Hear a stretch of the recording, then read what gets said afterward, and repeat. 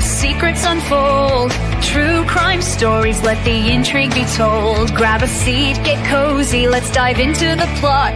With Mac J by my side, there's so much to be sought. Mods from the stars, they light up the night. Chillin' with Van, everything feels just right. Welcome to the mystery, the thrill, the thrill we embrace. Solving cases together we'll trace. With Tabby and Maggie, the journey's begun. With laughter and stories, we'll shine like the sun.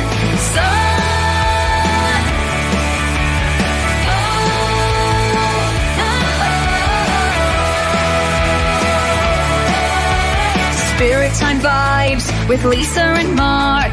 Tia and Mel igniting the spark.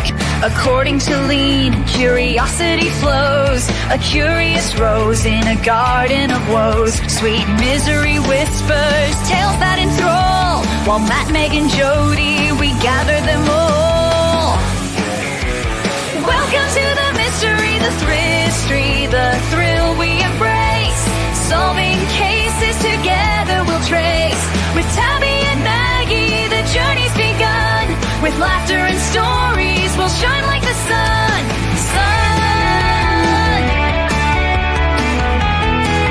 So come along, join the fun tonight.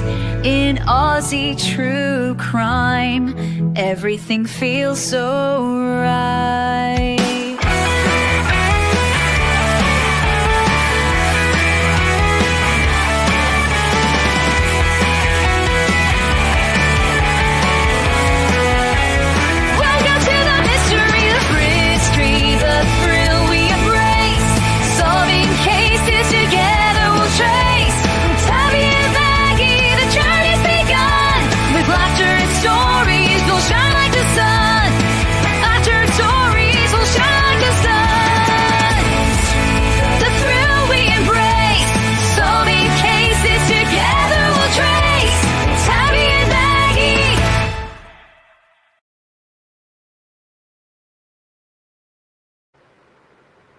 Hey, beautiful people. Hi, everyone. Here we are, finally ready for closing statements. Oh, yes, the mushrooms. So I'm still uploading and working on recording week 7 and the last of week 6. I promised to have them up this week, but we still have a house full of sick people and getting some quiet time in this house at the moment. I know I got an hour into one and then someone coughed and it was really loud and it was like, so I scrapped it. But anyway, I will get there. I will get them up. But I wanted to start with closing arguments. So where are we with the case today? The closing arguments finished on Thursday. We had Friday as a rest day. It was a hard week, so they needed a rest. So they just gave them Monday as a rest day off as well, just to make sure they're rested. And the judge is coming back to give his... I can't think what you call it. Sentencing? Well, it's where he explains to them... Yeah, it's like a... Is it deliberation? I'm not sure. It's where the judge tells them what the laws are and what they're looking at as guilty or not guilty for. For some reason, this judge thinks that his is going to go for 2 days. Okay. So I don't know what he's going to tell them, but he's starting that on Tuesday morning, and he's thinking that they're going to be leaving sometime Wednesday afternoon for verdict watch. So I thought we'll get closings out there so at least we're up to date with the courts, and then I can work on getting those other 2 videos out. So this is Monday and Tuesday of last week. And Monday and Tuesday were big days. the prosecutor was on for most of it. I think we get a little bit of the defense before we finish. And then tomorrow night we will come back and do the defenses. So the prosecutor was on for nearly a day and 3/4. The defense was on his closing for 2.5 days. So they're big closes, but they answer so much. Well, prosecutors does. So week 8 closing arguments, Monday the 16th of June 2025, and it's day 32. All right, here we go. I have put a lot more pictures in today's and tomorrow's just because I think it's time to show some of these pictures. This one is people that were braving the cold and waiting out the front of the courtroom on Monday morning. The court has been packed all week, except for one day. I think one day they said it was nearly empty, but most of this week it's been packed. But yeah, you can see for closing, they were like literally lining up. And for anyone that knows Victoria, it's really cold there right now. Oof, yeah.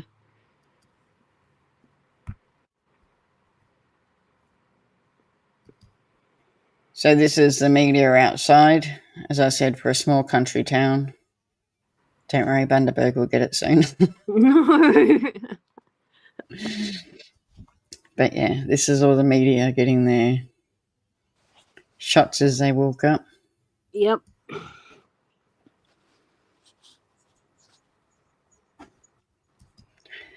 So it's a foggy start to week 8. Senior Crown Prosecutor Lynette Rogers, SC, was among the first to arrive at Latrobe Valley Courts this morning, alongside Detective Leading Senior Constable Stephen Eppingstall, who is the lead investigator in the case. It was another foggy start to the week in the valley as temperatures in Morwell dipped below zero just before 8 a.m. today. The temperature has risen to 3 degrees by 9 a.m. and the top of 14 degrees forecast for the day. So that tells you how cold it's getting. Oh, But the it good really does. Oh, yep. This is Lynette Rogers, who we've heard so much about all through this case, and Stephen Eppingstall, who I think he was on the stand for like 2 days. Yes, he was. I know you had trouble saying it. So did I. We both did. But yeah, how's that? So the temperature was 0 and 3 degrees by 9 o'clock. Whoa. You can even see the fog in the picture. So the cancer diagnosis, the first of the 4 calculated deceptions. So Senior Constable Prosecutor Lynette Rogers has risen to her feet to deliver her closing address to the jury. Ian Wilkinson, who survived the July 29th, 2023 lunch at Erin Patterson's home, is among those watching in the court, along with other members of the Wilkinson and Patterson families. At the heart of this case are 4 calculated deceptions made by the accused, Rogers has told the jury.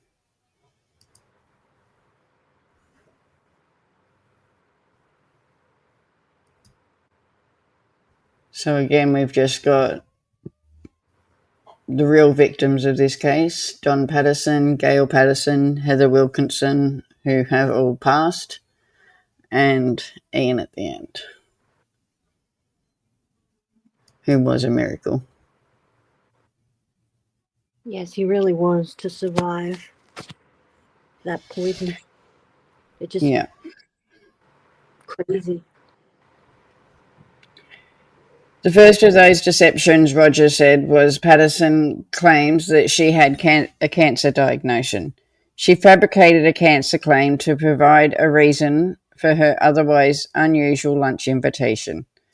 The prosecutor said, "You heard that it was very rare for the occasional invite for people to her home."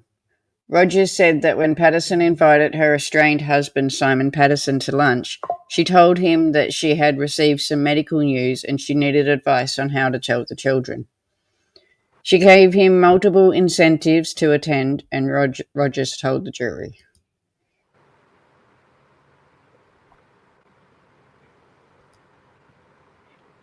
So this is Katrina Cribbs. She was the child protection worker Okay. that they interviewed earlier on.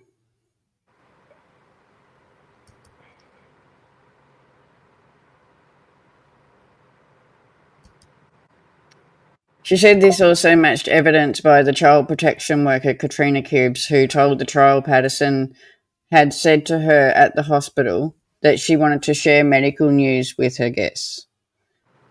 Yet in the evidence before you, the accused claimed that the reason she invited Don and Gail Patterson was because they had such a good time in the lunch in June that she wanted to do it again, Rogers said. Rogers also reminded the jury that Ian Wilkinson's evidence, as he told the court that Patterson had told her lunch guests she had cancer and that she wanted to know whether she should tell the children.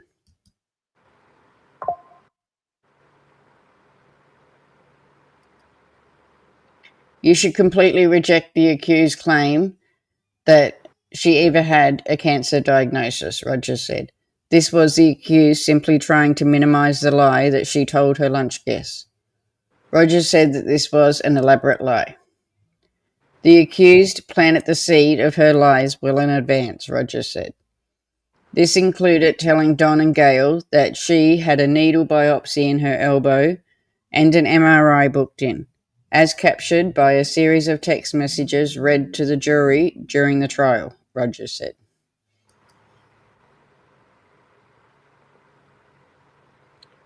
Okay. Prosecutor Lynette Rogers has said to the jury that what Erin Patterson told her lunch guests about the cancer was all part of a lie. We know that it was all a fabrication. There was no needle biopsy, there was no lump, and there was no MRI. Rogers told the jury that she was backed by medical records obtained by Detective Senior Constable Stephen Eppingstall.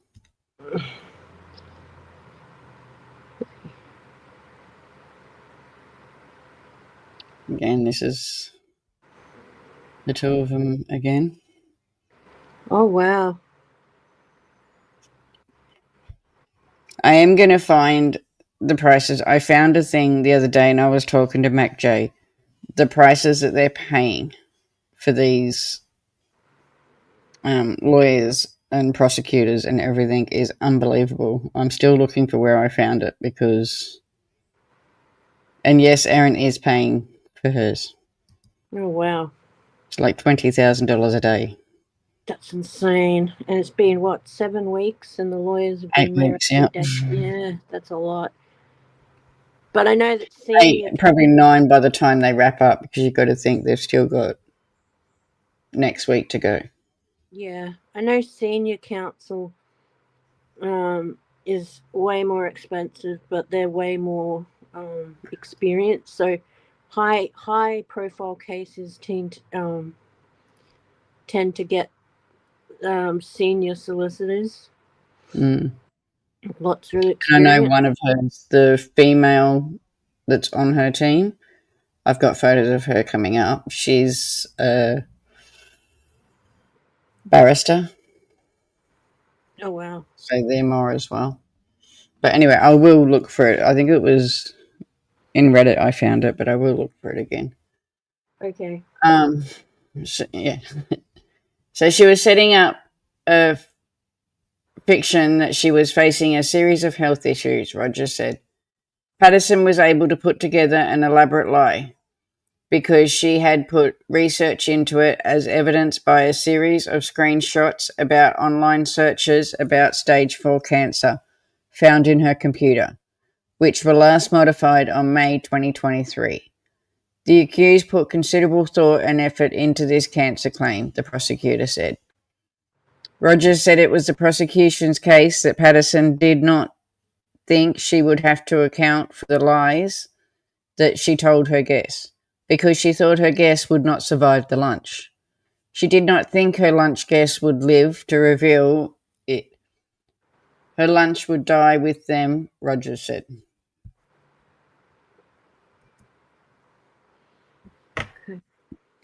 And that's 100% true. I agree 100% true. Erin At least we- Patterson made... Okay.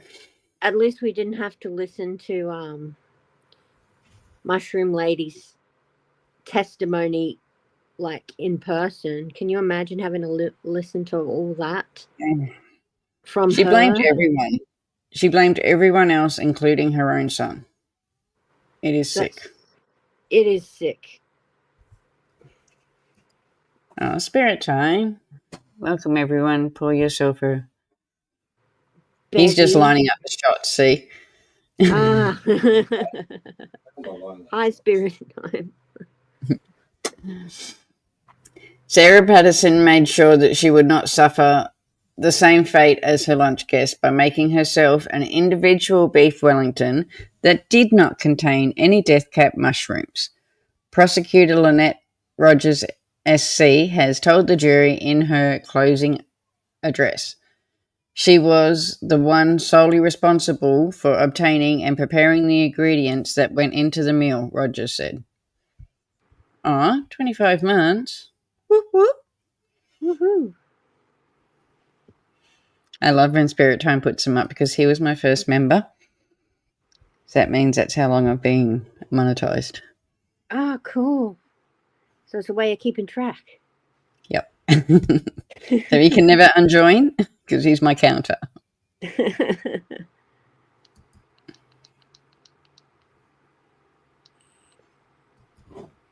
And of course, the famous book where she got her recipe from. Yep.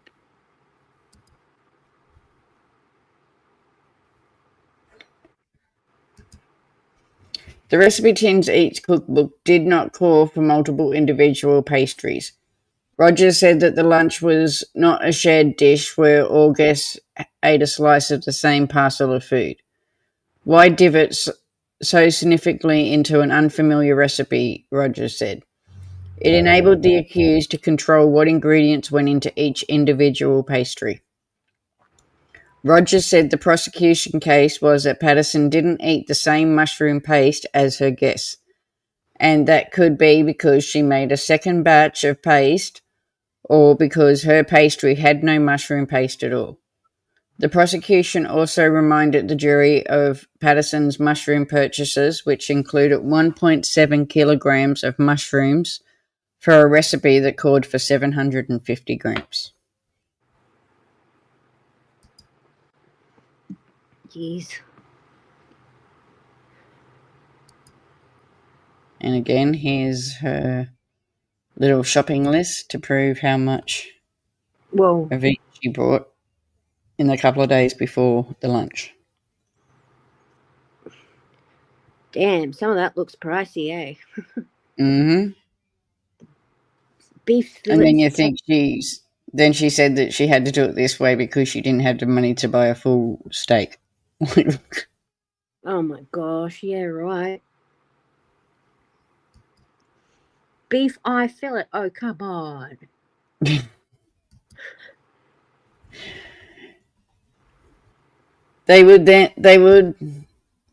Why then would she resort to dried mushrooms? She had more than enough, she said. There was no need to add a packet of dried mushrooms. Rogers said Patterson specifically told the Department of Health manager Sally Ann Atkinson that she did not use mushrooms in a previous dish because she was worried they would be too overpowering. Why then would you add mushrooms that smelt funny to a special lunch where you're preparing for guests? Rogers told the jury. The prosecutor said Patterson had told authorities that she had rehydrated the mushrooms, chopped them up, and mixed them in with the mushrooms that she had brought from Woolworths. But Rogers told the jury it was likely Patterson had prepared the death cap mushrooms in the meal differently. The accused knew how to dehydrate and blitz mushrooms into powder to hide inside food, she said. And we know that because of the muffins. We do. So this is Sally Ann Atkinson when she was outside the court. Okay, is she the specialist? She was, one of the police that worked with Erin Got it. from the hospital.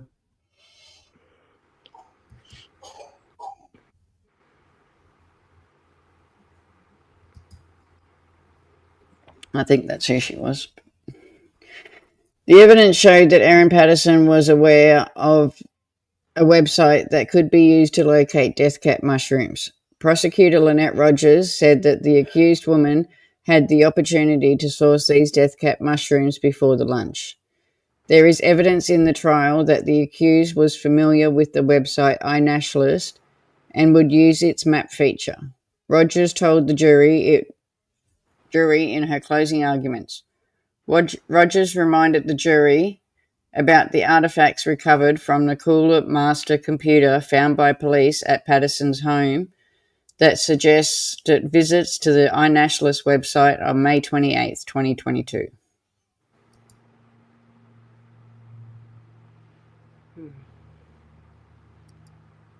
Again, just our key people in the case. Yep.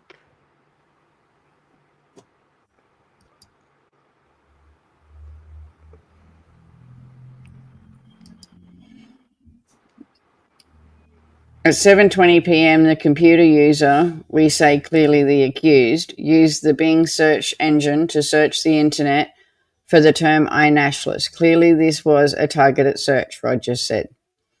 The prosecutor said that shortly after the accused navigated to the iNationalist website and to a world map of death cap mushroom sightings. The accused did not navigate to other types of mushrooms. She did not meander around the website. She went directly to the death cap mushrooms, Rogers told the jury. She said the accused then navigated to a zoomed-in version of the map for Victoria and later to a specified post about a sighting of death cap mushrooms in a reserve at Morburn, made 10 days earlier. Morburn, I can't say it either. Yeah. You can safely infer that it was the accused undertaking these searches because at the very same time the user was looking up death cap mushrooms, she Googled Coomerbarra Middle Pub and put a food order in at the pub.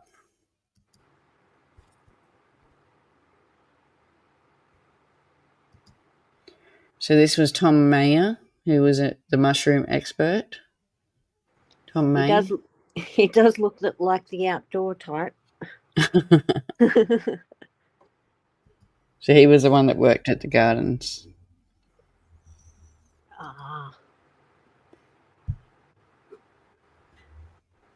The only other people at home at the time, Rogers said, were Patterson's children. The prosecutor said the searches demonstrated that the Pattersons had the opportunity to collect death cap mushrooms at a time closer to the lunch. At the time she searched, there were 3 reports of death cap mushroom sightings in Gippsland, including one in Lock and one in Outram, Rogers said.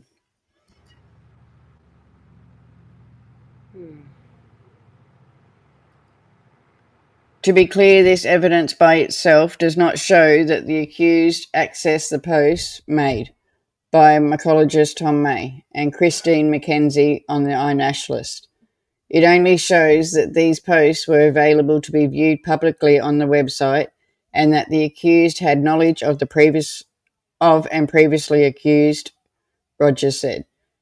Evidence from Dr. Matthew Sorrell, an expert in phone records, indicated a possible visit to the Locktown site near the location of the iNationalist post Mackenzie made about the death cap mushrooms days earlier.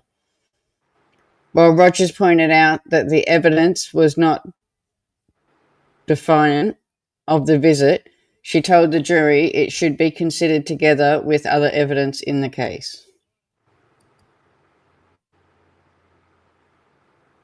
So they can't prove it was her on the website and they can't prove that she went there, but the evidence is saying it did. Yeah. Well, they got a lot of that. They got a lot of that. Oh, They've got a lot of digital evidence on her. Mm, Yeah. yeah. So this is the phone tower expert, Dr. Matthew Sorrell. Yep.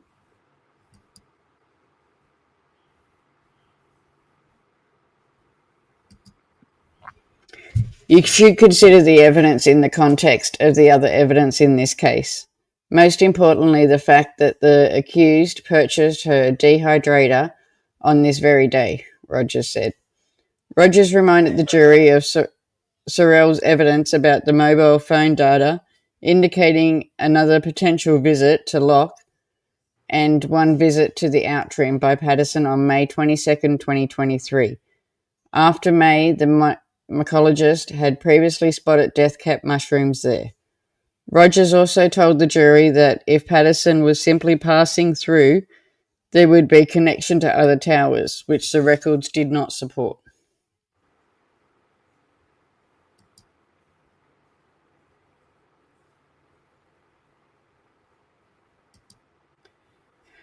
So the button mushrooms a test run for the dehydrator. After a mid-morning break, prosecutor Lynette Rogers has resumed her closing address by pointing out to the jury to a series of cached images recorded by the police from a Samsung tablet found in Erin Patterson's home. These included an image of the Sunbeam dehydrator that Patterson would later dump at the Kubaran transfer station, and of a dehydrated mushrooms on plastic trays on what also appears to be Patterson's kitchen bench. The image was last edited on April 30th, 2023. Okay. Interesting. Is this Erin herself? is this a new picture of her? It's one of her at the court.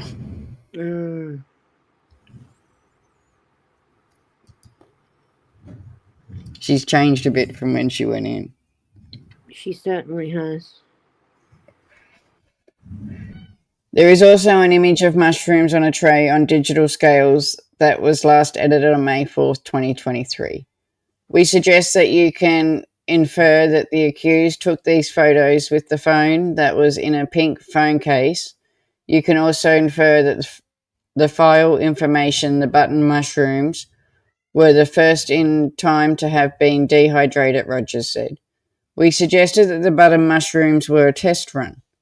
Rogers said that when Patterson was confident the dehydrator would work, she dehydrated death cap mushrooms. You're going to have to read the next one because I got to let Caps in. He's Okay, crying no at the worries. door. Oh. Hang on, I'll read this one. You can get the next one.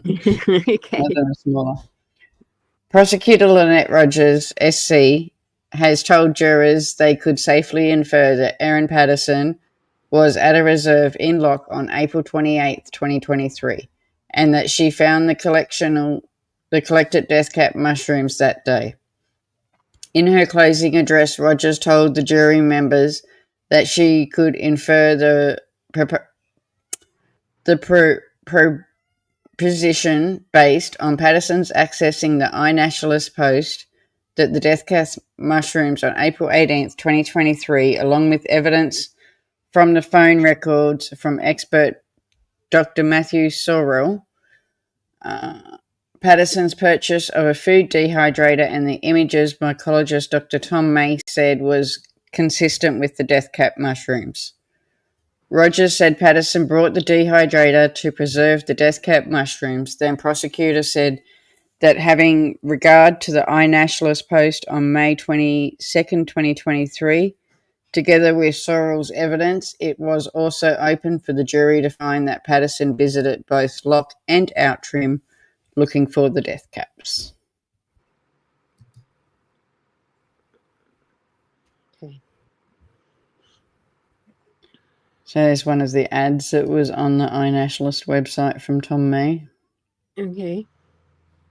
And it shows what they've found, and on the other side is where they found it.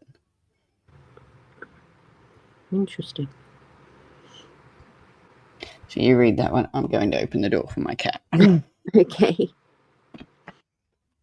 It is open for you to infer that having dehydrated death cap mushroom at some stage. She blitzed them into a powder and in that form put them in the lunch guest's beef Wellington, Rogers said.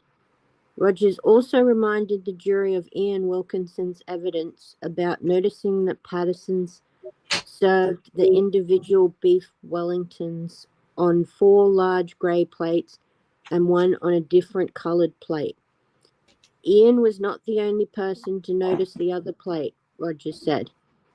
After the meal, Wilkinson's wife Heather also mentioned the different coloured plates to Patterson's estranged husband, Simon, Rogers told the jury. Caps is in. It's sprinkling outside, so as soon as a bit of rain hits him, he's got to come in. He's a prince. He can't get wet. Heather and Ian Wilkinson. I feel so sorry for him. Yeah. He lost. Yeah. You should reject the accuser's evidence that the meals were served on a collection of mixed and matched plates, Rogers said. You have heard how noticeable to Ian and Heather that there was a single odd plate. Rogers said it was the prosecution's case that Patterson served her meal on a different plate to ensure she could identify the sole non-poisonous meal.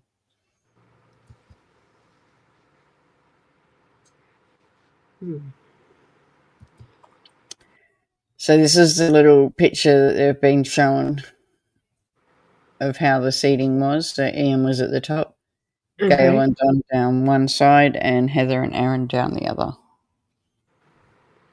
Okay. Didn't see that. No, I only got this one the other day. Ah, that's why. Okay. You can see I've tried to take it off the computer, so it's not a very good picture of it. Yeah, no.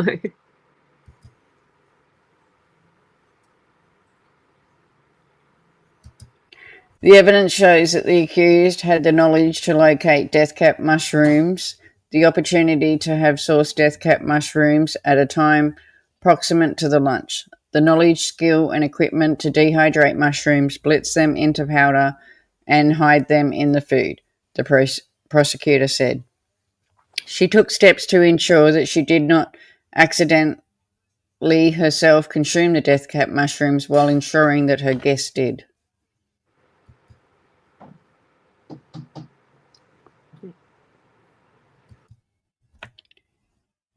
The only reason Erin Patterson would pretend to be suffering the same illness as her guests was because she knew she had not been poisoned.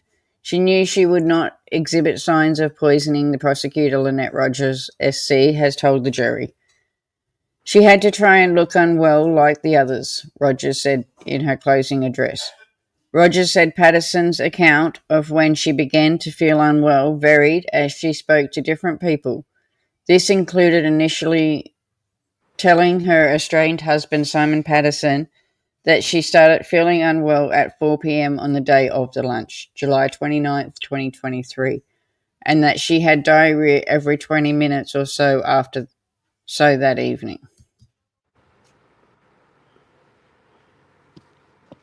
Okay. Ah, yep. Erin and Simon. So Rogers said the account was inconsistent with what Rogers and Patterson did that night and what others observed. Patterson said she was worried about taking her son's friend home because she might have an accident. She told the same story to child protection worker Katrina Cribbs on August 1st, 2023. She later reported to toxicology registrar Dr. Lauren Muldoon that she had explosive diarrhea every 10 minutes and that because came watery clumps by Sunday. Rogers said that Patterson was unable to travel from Leningatha to Coonabarra and back to drop her son's friend home. Rogers said, and that was a 26-minute round trip. I was about to say 26-cent round trip.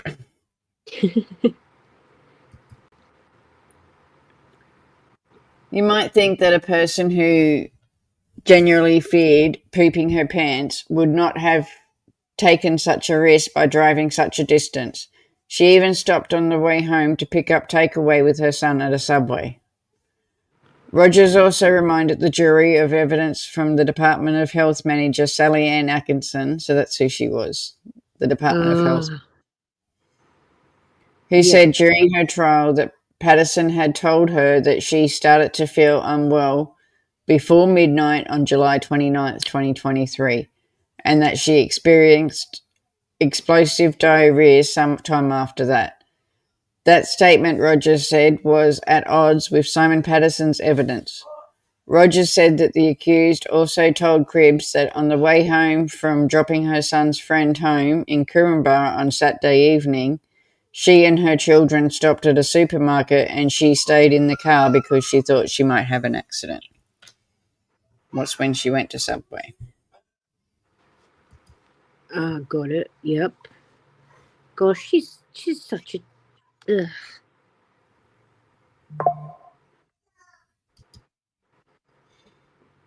Hang on.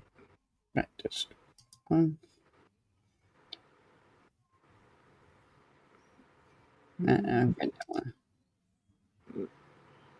Yeah, you just finished this one. Cripps said that her evidence that Patterson told her that she thought sitting in the car would provide a cork so she wouldn't have an accident. Rogers said Patterson expressly detailed to Cribbs that this concern about having an accident was about taking her son's friend home. Why would she tell Miss Atkinson that she started to feel unwell slightly before midnight? Rogers said to the jury, the simple exclamation is that she couldn't keep her story straight. Correct, I think. Do you see what I mean? How she gives it to her in this? Oh yeah, she got it. She's got her good. Erin Patterson has been taking notes with a blue pen as she sits in the dock while prosecutor Lynette Rogers presents her closing argument to the jury. Patterson is doing so while members of the Patterson and Wilkinson family, including Ian Wilkinson, who survived the lunch, listens to Rogers speak. Rogers told the jury that when Erin Patterson went to Leningatha Hospital on July 31st, 2023, 2 days after the lunch, she told staff she had experienced diarrhea all day the previous day.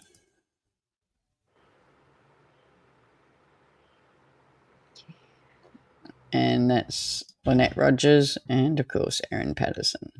Listen. Ugh. Just seeing her face reminds me of that, was it news clip where she's making those, like, the most crocodile tears ever seen on a news program. Where she's crying out in front of a house in the car. Yeah. Rogers said, according to evidence given to the Department of Health manager Sally Ann Atkinson, Patterson described her explosive diarrhea continuing through the night on Saturday, July 29th, and into the following Sunday before it slowed down throughout Sunday. On the morning of Sunday, her son came downstairs to find the accused drinking coffee at the dining table. She told him that she felt sick and had to go to the toilet a few times during the night. The boy said that she looked normal. Rogers told the jury that she said that on the afternoon of July 30th, 2023, Patterson's son had a flying lesson scheduled at Taboo, a 90-minute trip from their home in Leningatha.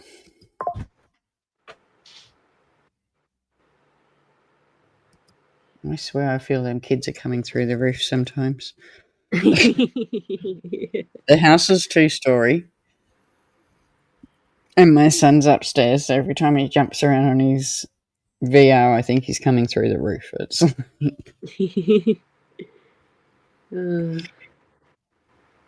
The boy said they didn't have to go if she felt unwell, but the accused was quite persistent, Rogers said. But when the flight instructor rang Erin Patterson asking to push the session back as he was running late, this was yet another opportunity for the accused to cancel the lesson. But she did not, Rogers said. They drove for 1 hour and 5 minutes before the instructor called to cancel the lesson due to poor weather. Patterson's son hadn't mentioned in his evidence that his mother had to stop on the side of the road to empty her bowels in the bushes, the prosecutor said. We suggest that if the mother had to make an emergency toilet stop on the side of the road, that this is something he would have recalled when he was asked if she'd gone to the toilet during this trip.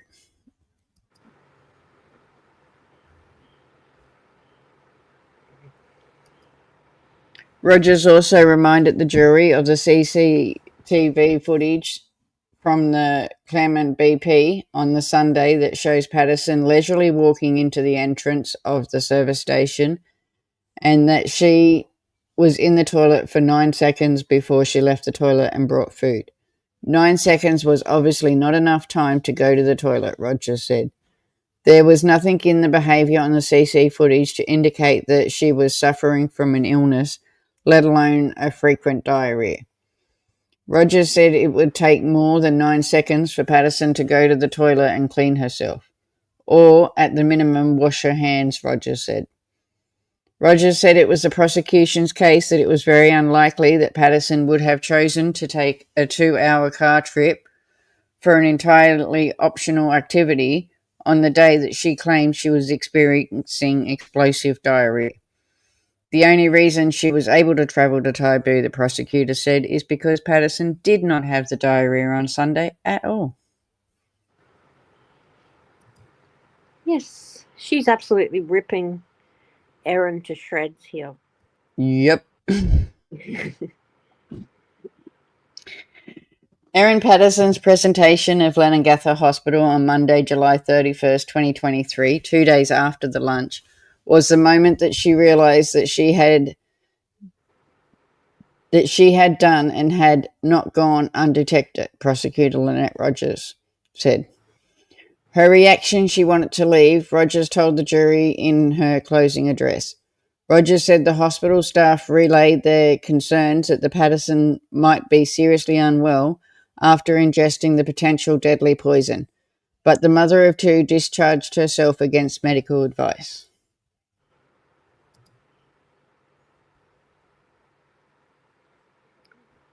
Yes.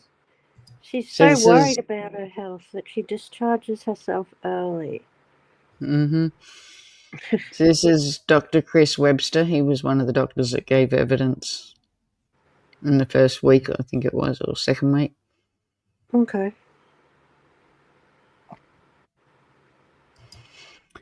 The prosecutor said that Patterson told a nurse at the hospital when she represented later that day that she was experiencing a pain of 7 out of 10. But that was nothing in her dementor. In the CCT footage that Patterson presented to the hospital the first time that suggests that she was in pain at this time. The accused decision to leave Leongatha Hospital 5 minutes later was so drastic that Dr. Chris Webster made 3 phone calls to her mobile phone to try and get in contact with her, Rogers told the jury. She said there was only one explanation why Patterson might leave the hospital after being told that her life was in danger. She realised that what she had done was going to be uncovered. She fled back to the house to work out how she was going to manage the situation and why she might explain why she wasn't sick like her lunch guests. Rogers said that the reason Patterson would only have felt comfortable walking out of the hospital without treatment was because she knew she had not eaten death cap mushrooms. We suggest that this evidence demonstrates that she knew she had not consumed the death cap mushrooms because she had deliberately served poisonous meals to her lunch guests.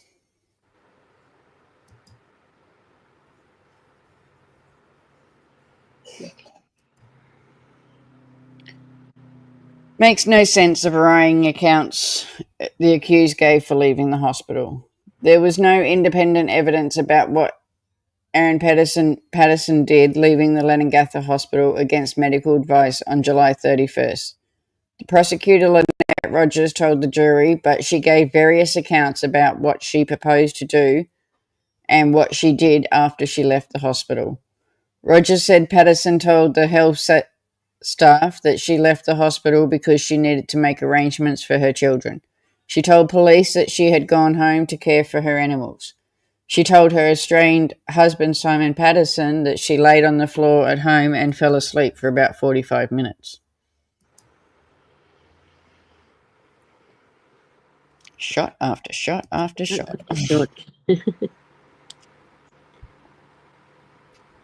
Prosecutor Lynette Rogers outside of the court.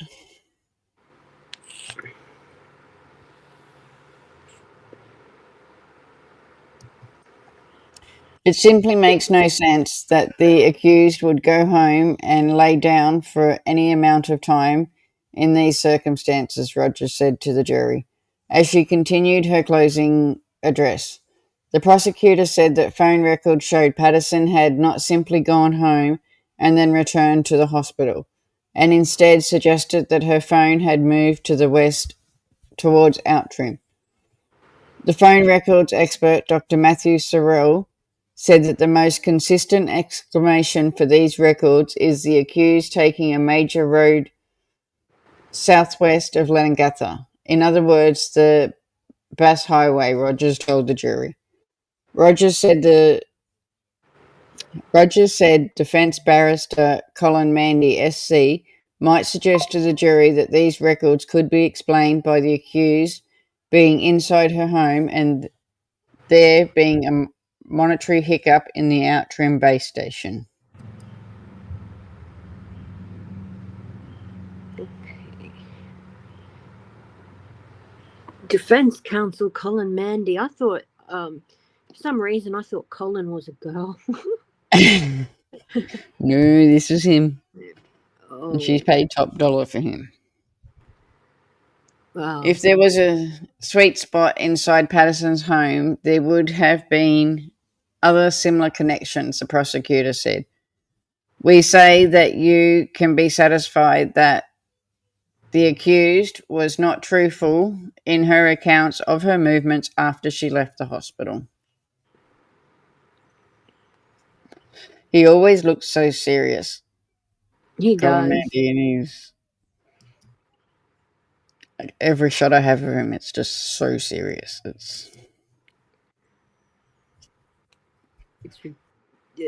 He reminds you of one of those ancient paintings where they're all sitting in serious expression on their face. Accused actions inconsistent with someone who was unwell, prosecutor tells the jury. Prosecutor Lynette Rogers, SC, said that Erin Patterson's evidence that she wanted to pick her children up and get them assessed at the hospital because she did not want to scare them didn't make sense given the circumstances the accused woman was in.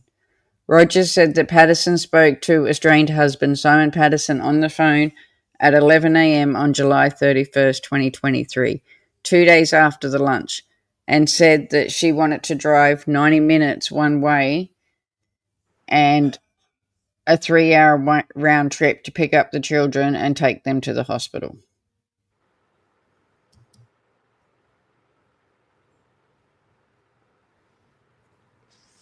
Another photo. Yep.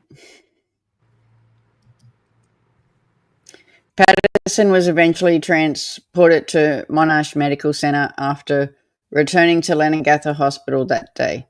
In her closing address to the jury, Rogers said that it was only when Simon Patterson made a comment that he was glad that Erin Patterson was well enough to do the drive that she changed her mind and agreed for him to pick up the children. We say that the accused's behaviour was inconsistent with being unwell in other ways as well.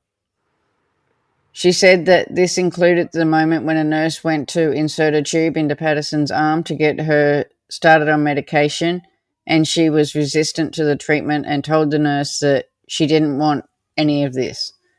Why would she be resistant to the treatment if she had genuinely really felt sick? Rogers said to the jury. Rogers said Patterson's reluctance to receive medical treatment was inexplicable unless she knew that she had not consumed the same meal as the other guests.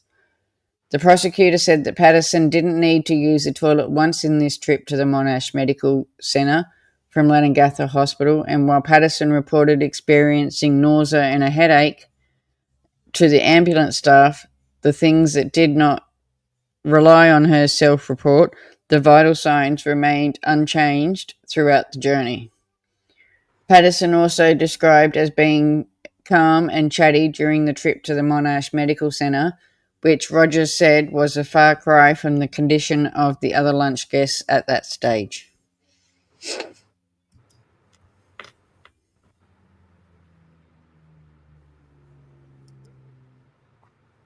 The blood test results and what medical staff didn't see across 24 hours of care. After the lunch break, Prosecutor Lynette Rogers, SC, has resumed her closing address by taking the jury to evidence from the Professor Andrew Breston about the blood test results for the accused killer, Erin Patterson. Rogers said the most revealing thing about the state of Patterson's health following the July 29th, 2023 lunch, where her blood test results compared to those of the other guests. We say that the evidence of the Leongatha Hospital Dr. Victoria Foote is that the accused results showed no electrical disturbance and not metabolical acidones, Rogers said. Acidosis? Acidosis. So that they were the levels that were really high in the other ones. Remember they were talking at the start about how their levels were really high? Yes. So hers weren't when they done her blood test. If she ate a mushroom, she would, but she didn't. So it's Professor Andrew Breston outside the court. So he was the one that done the blood tests. Patterson underwent a number of tests to check her liver, the prosecutor said, and they showed her lactose levels. The level that first alerted doctors to the seriousness of the illness of the other lunch guests was normal. Rogers said the only abdominal blood test results documented for Patterson were marginally elevated the ferritin, low levels of potassium, and elevated hemoglobin. She said Breston's evidence was the elevated phenytobium and low potassium levels could be the result of elevated stress. The results also showed that Patterson's creatine and urine levels were also normal, and Breston said that such readings were inconsistent with someone who had diarrhea. Rogers said that Breston's evidence that Patterson had a mild level of dehydration was also inconsistent with her evidence that she had diarrhea. Rogers told the jury a toxicology register who assessed Patterson on July 31st, 2023, 2 days after the lunch, gave evidence that the accused woman's vital signs were normal. God, imagine that.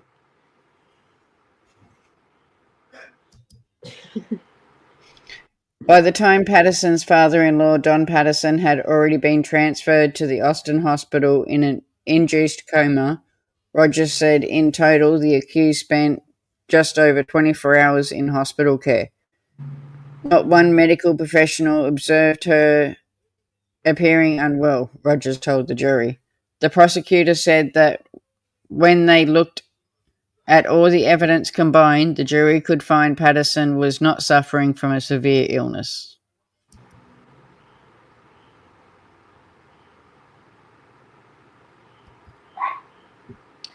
Prosecutor Lynette Rogers has taken the jury to the evidence of Erin Patterson's estranged husband, Simon Patterson, who told the trial that the accused woman said to him that she began feeling unwell about 4 p.m. on July 29th, 2023, the afternoon after the lunch. Rogers said this was important as it was different from the evidence that the four people who were guests at the lunch, Don and Gail Patterson, Heather and Ian Wilkinson.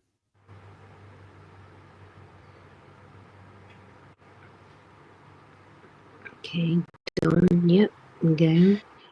Yeah, I love that picture of them too. Yeah, They look so happy. they do. They do.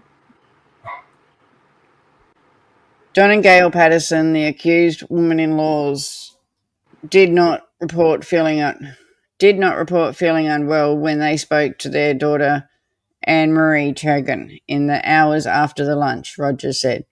The Pattersons began experiencing vomiting or diarrhea after midnight or 1 p.m. on the Sunday, July 30th, 2023. You heard evidence that Wilkinson appeared well when members of the church saw them about 4:15 p.m. after the lunch. Rogers told the jury that she said that Ian Wilkinson's evidence that he and his wife didn't start feeling unwell until after 10 p.m. or 11 p.m. on the Saturday after the lunch. So remember, Erin said she was feeling unwell from 4 p.m. that day. Yes, she did. Rogers said that when the Wilkinsons presented to Leningatha Hospital the following morning with nausea, vomiting, and diarrhea, neither of them could hold down water. Rogers said that this was the same morning Erin Patterson was drinking coffee at the kitchen table, according to her son's evidence. Rogers said that at 5:30 a.m. on July 30th, 2023, Ian Wilkinson was unable to keep down water. An hour later, the prosecutor said that Heather Wilkinson reported having active vomiting and diarrhea. A nurse observed Ian Wilkinson particularly unwell and he was not moving around, the prosecutor said, while Heather Wilkinson was going back and forth to and from the bathroom. Sounds like stress-induced vomiting and diarrhea. Yeah, well, as they said earlier, what she had could be caused by stress. So exactly what you said, yeah.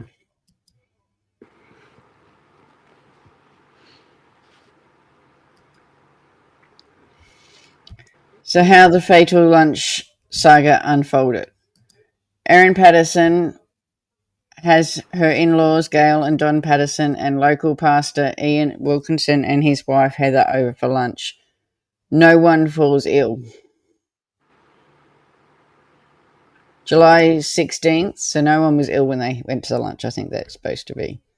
July 16th, 2023, Erin extends another lunch invitation to the Pattersons and Wilkinsons, saying that she needs their advice for some medical issues.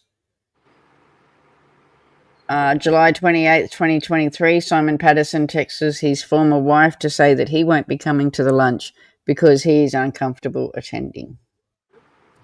So this is what they've presented. Okay.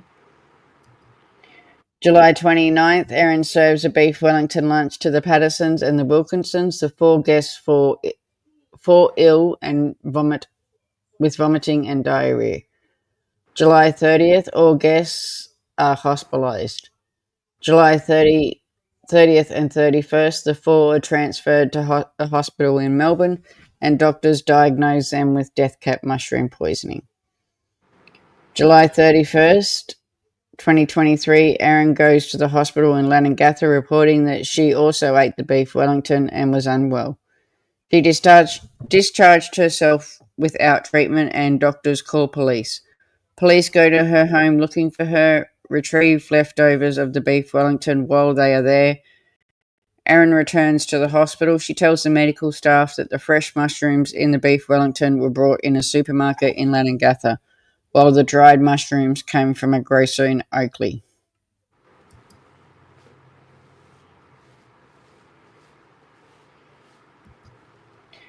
So August 4th, 2023, Gail Patterson and Heather Wilkinson pass away in the hospital in Melbourne.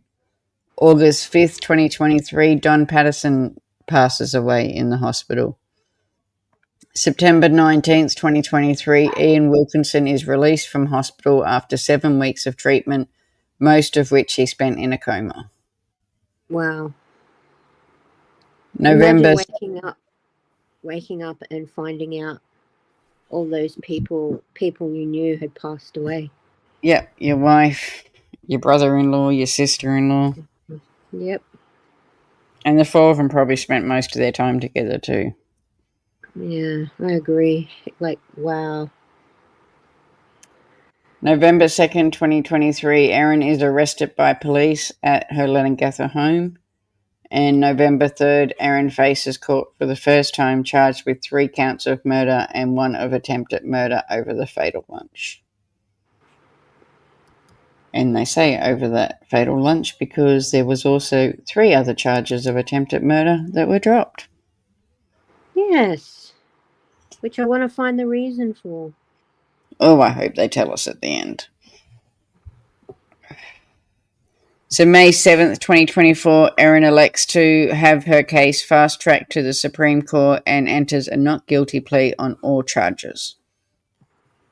April 29th, 2025, the jury is selected to hear Erin's trial over the 6 weeks in Morwell, and this was the same morning that the accused drove her 2 children to the bus stop, Rogers said.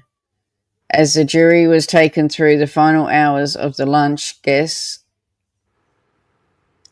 lives, Erin Patterson sat in the dock looking down and taking notes with reading glasses resting on the end of her. Great spot to cut it off, wasn't it? Yeah, and the end of... Oh. Okay. I must have cut it off. It'd be her nose. A tale of 2 hospital admissions. Don and Gail Patterson were taken to the Austin Hospital on July 31st, 2023, 2 days after the lunch. Don was critically ill and incubated as he suffered multiple organ failures.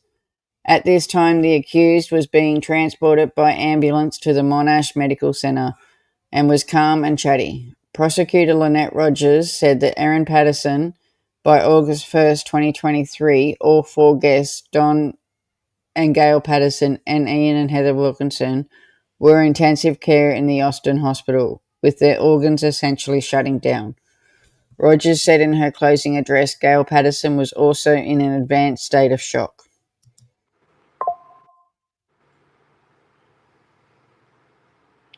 So that's Erin and Lynette Rogers. Mm-hmm.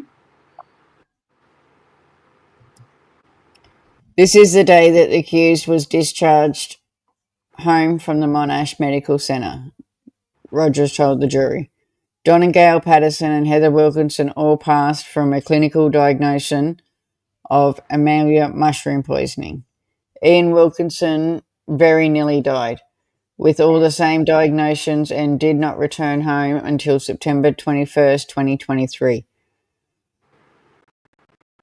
Was the accused just less sick than the others? The prosecutor asked in her closing address. She said that even if Erin Patterson ate less than some of the guests did, she still ate about the same as Gail Patterson. She said that Erin Patterson's account on how much she ate at the lunch had shifted during the evidence from 1/3 of the individual beef Wellington to as little as 1/4. The accused is trying to manufacture an explanation as to why she did not suffer the same fate as her guests.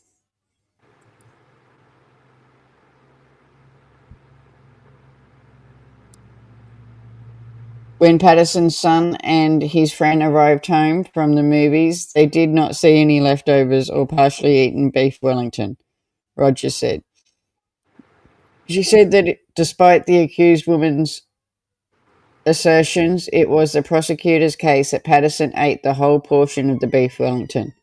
Rogers said that the Patterson's account of binge eating cake after the lunch and vomiting afterwards should be rejected by the jury as a potential explanation as to why she had not been as sick as the other guests.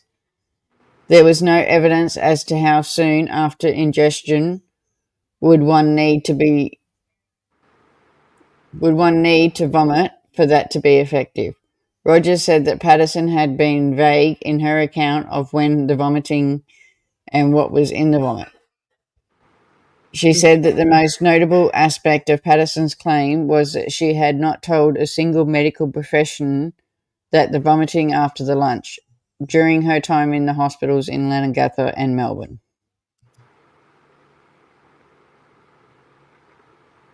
God, we heard enough about the poo. Could you imagine if she explained the vomit? Oh, no, no, no. The fact that she had never made any mention of it. Little Miss Sharon, how are you, my darling? Hello, little Miss Sharon. The fact she had never made any mention of it should cause you to seriously doubt the claim and reject her evidence of vomiting after the meal as a lie. Rogers said that she anticipated Patterson's defense team would point out the jury as guess age and health as a reason as to why they might have been more vulnerable to the death cap toxins. But the prosecutor said Don and Gail and the Wilkinsons didn't have any serious pre-existing health conditions. Rogers said that Erin Patterson was not treated with active charcoal and the specific antidote of the amita mushroom poisoning in hospital like the other guests were, and was cleared by staff on August 1st, 2023. She experienced no adverse outcomes at all, Rogers told the jury. Miss Sharon, we're going over the closing arguments for the prosecution.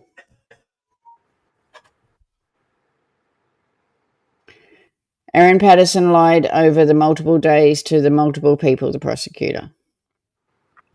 Erin Patterson's actions after the July 29th, 2023 lunch was now the focus of the prosecution Lynette Rogers' closing address to the Supreme Court jury sitting in Morwell. Rogers accused Patterson of telling lies about giving her children beef Wellington leftovers with the mushrooms scraped off. Lies about the mushrooms coming from Woolworths and an Asian grocer. Lies about her reasons for getting rid of the dehydrator and had been deliberately concerning. Her usual mobile phone from police. Both children gave evidence that it was the accused who told them that they were eating leftovers from the day before. Rogers told the jury.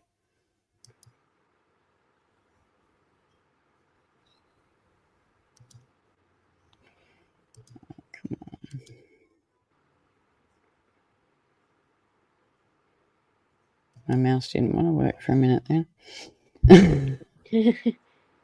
Bugger. She said that the first time the accused told anyone else that the children ate leftovers from the lunch was when she first presented at Leongatha Hospital on Monday, July 31st, 2023. Rogers said what followed was a series of lies told over multiple days to multiple people.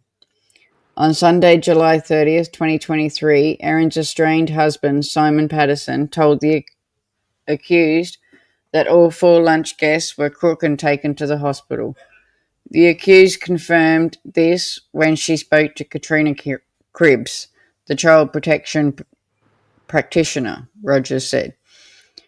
Patterson knew her lunch guests were unwell, and Rogers said and claimed that she was also ill.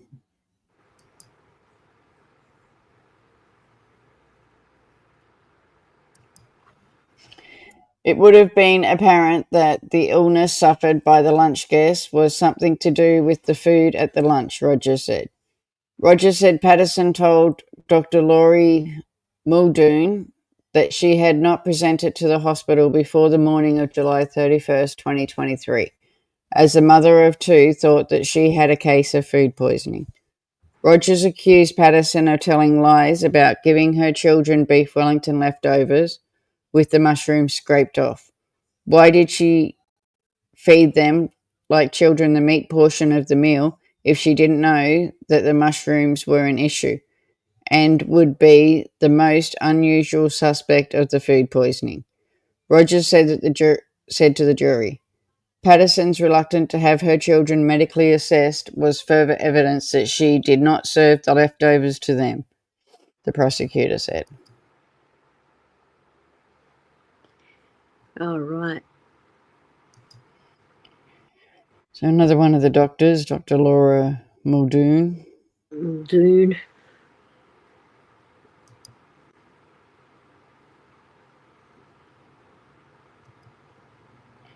Her key concern apparently was the children were not panicked or stressed, Rogers said. Rogers said that Dr. Chris Webster could have been more blunt when he told Patterson that her children could be alive and scared or passed.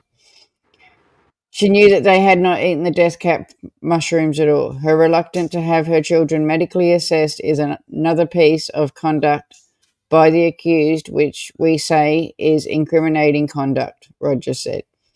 The evidence strongly suggests that if the children ate the meal, they would have at least experienced some symptoms, the prosecutor told the jury. Okay, so I explained this at the start. We had Monday, Tuesday closing of the prosecution. The end of Tuesday, I think defense started, and they went Tuesday, Wednesday, Thursday. They had Friday off. They have Monday off.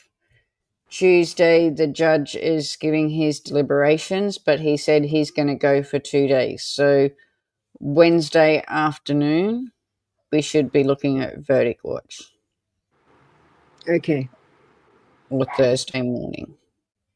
Just depends, like on whether he finishes and sends them Wednesday afternoon or sends them home and starts on Thursday. Mm. They might need a break. Yeah.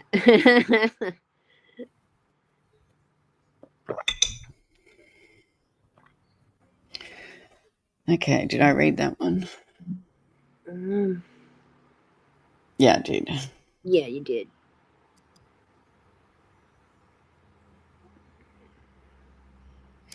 We're close, little Miss Sharon. Very, very close.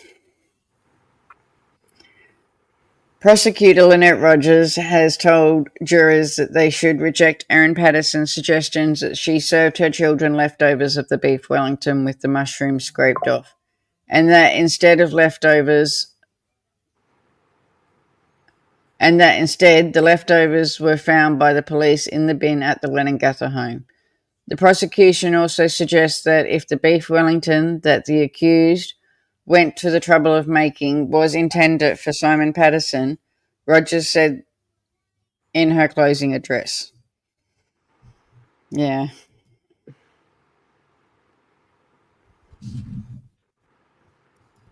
I'm just going to be glad to see a guilty come down.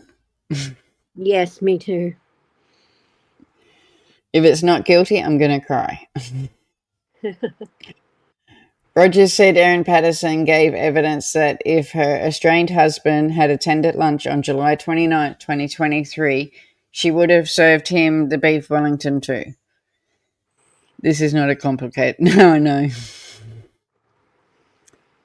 The prosecution's case is had Simon Patterson changed his mind and decided to attend the lunch after all, he too would have been served the 6 poisonous beef Wellington, the prosecutor says.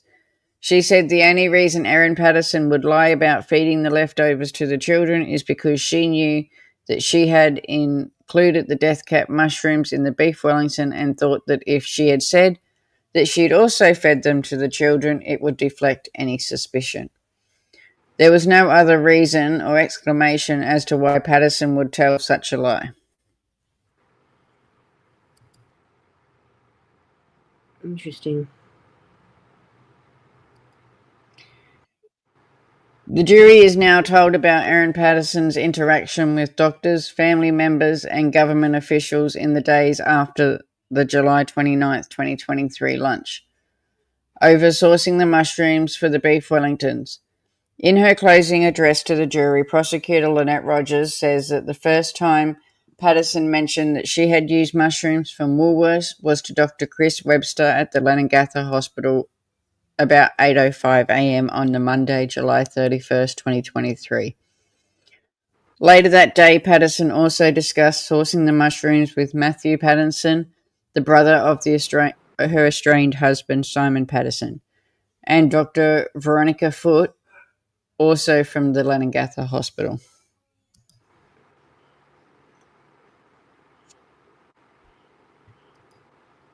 So this is Dr. Veronica Foote. Okay.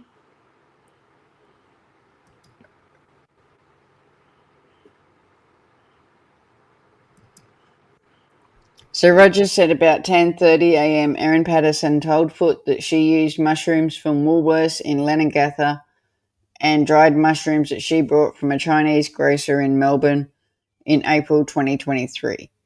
Rogers said that Patterson didn't mention a suburb name for the grocer. About 10:55 a.m. on July 31st, 2023, Patterson spoke with Dr. Connor McDermott on the phone and told him the mushrooms were pre-sliced button mushrooms that came in an unmarked package that she had brought from a Leongatha Woolworths, as well as an Asian grocer store in Oakley. Rogers told the jury that McDermott offered to read the names of the Asian food stores in Oakley, but Patterson replied that she would not remember. This was the first time the accused woman said that the grocer might have instead been in Mount Waverley.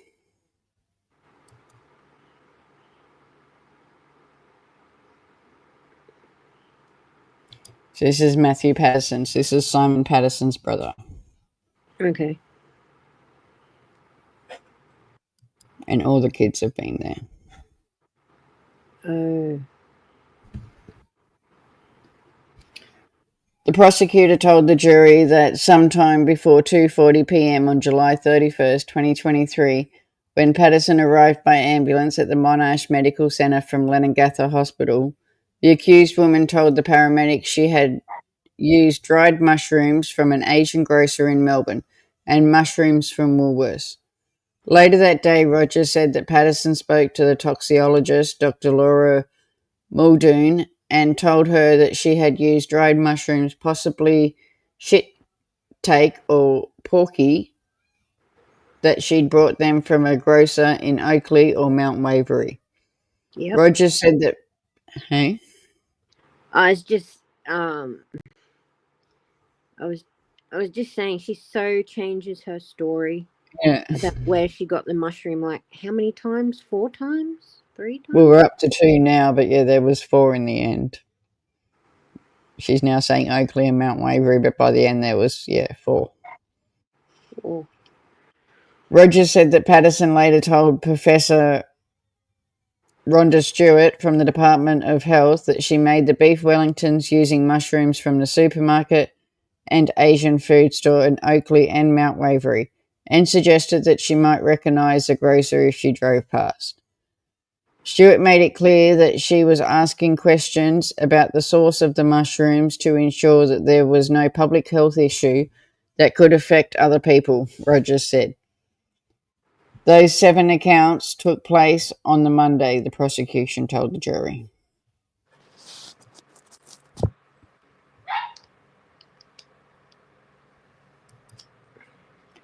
On August 1st, 2023, 3 days after the lunch, Erin Patterson told the Department of Health manager Sally Ann Atkinson that she brought the mushrooms from Leongatha Woolworths and an Asian shop in either Clayton, Mount Waverley or Oakley. So now we're up to 3.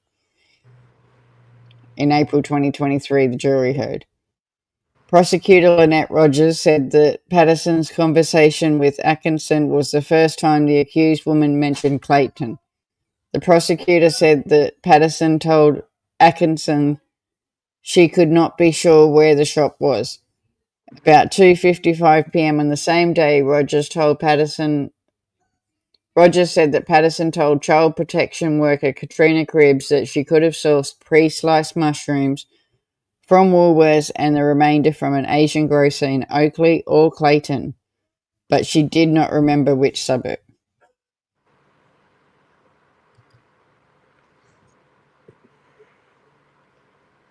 I'm just sick of how many lies she says. Like, I know. yeah, it'd be well over what, 50 or something.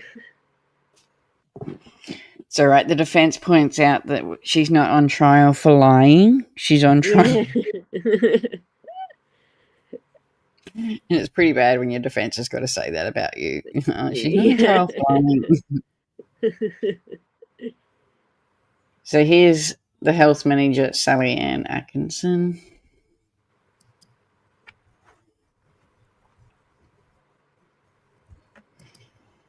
So Roger says that Patterson did not mention Mount Waverey to Cripps, despite having named the suburb when she spoke to Atkinson 6 hours earlier. Patterson's 10th account of where she had gotten the mushrooms came on August 2nd, 2023. Her 10th account. Oh my gosh, 10 accounts, jeez. Rogers said that she spoke with Atkinson again, this time in Cribbs's presence earlier that day. Atkinson sent the mother of two a lengthy text message with questions about the mushrooms that named Oakley, Mount Waverey, and Clayton. Rogers said that Patterson told Atkinson she couldn't remember where she brought the mushrooms, but she thought it was from a shopping strip.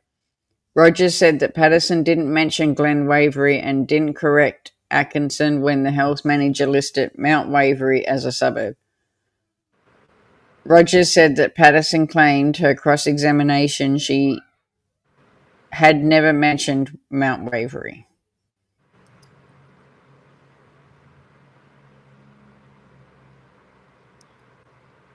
About 11:20 a.m. on August 3rd, 2023, Patterson spoke to Atkinson again, Rogers said, and this time gave all the names of 3 streets in Oakley and part of Clayton where the mushrooms could have come from. The prosecutor said that this was the first time Patterson nominated Glen Waverey as a potential suburb. So now we're up to 4. Number 4. You would think that if you were in a situation like this, for the sake of your family members and of anyone that might be exposed, you'd do whatever you could to remember the store, Rogers told the jury. Instead, Rogers said that Patterson sat on her hands while her relatives were in comas. The prosecutor said that Patterson literally took a long time to respond to messages from health officials, and as time passed, her description of the store shifted. Rogers told jurors that they would likely remember that Patterson appeared to have a remarkable memory, as she gave evidence in the trial and could recall what day of the week a certain date in 2023 was. Yet in August 23, she could not recall the shop or even a suburb where she had purchased the mushrooms from. It simply beggars belief.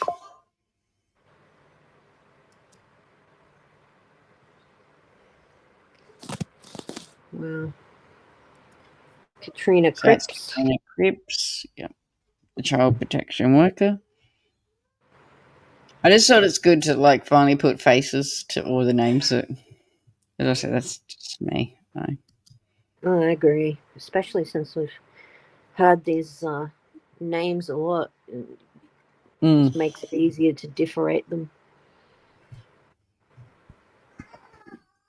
So Lynette Rogers has told the jury that not only did the possibilities of what suburb Erin Patterson brought the mushrooms from keep growing, but the information about their packing also changed over time.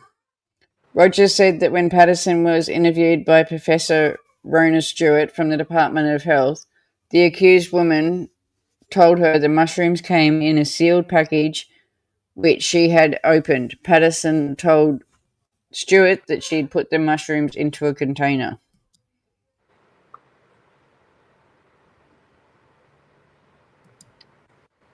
And that's Rhonda Stewart. Yep.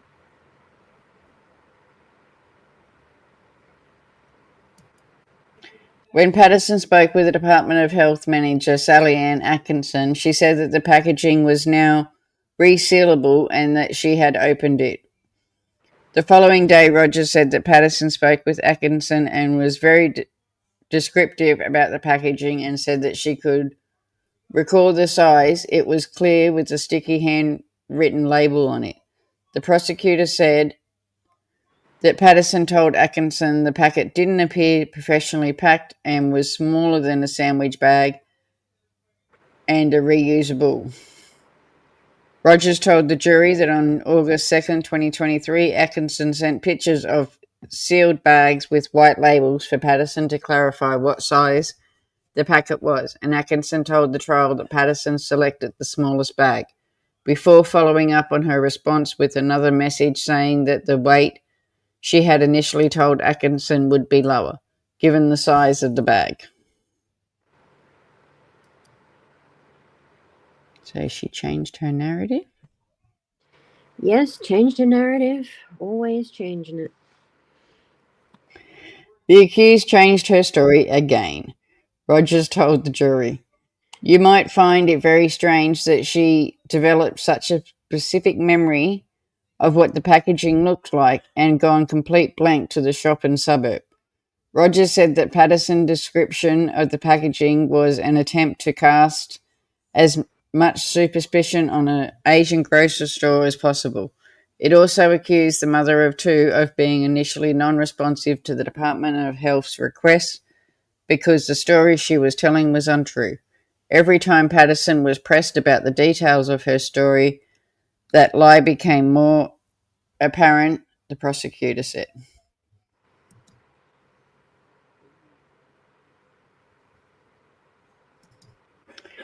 Dr. Camille Trong from Royal Botanic Gardens, Victoria, gave her evidence in the trial about how unlikely it would be for death cap mushrooms to be sold in an independent store since they only grew in the wild. Prosecutor Lynette Rogers told the jury. Rogers said the mycologist Dr. Tom May also gave evidence and said that death cap mushrooms don't grow in China, and there was no prospect of stray death cap mushrooms being imported by China, from China by an Asian grocer. So that's what they were going on about China for. Easy to do that than, say, make it up on. So Dr. Camellia Tong? Is it Throng or Tong? Trong. I don't know. Some spellings have that U, some don't, so I don't know. Oh. No, there's no dots. It's just Truong. But some people have it spelled Trong. Tron. Fun.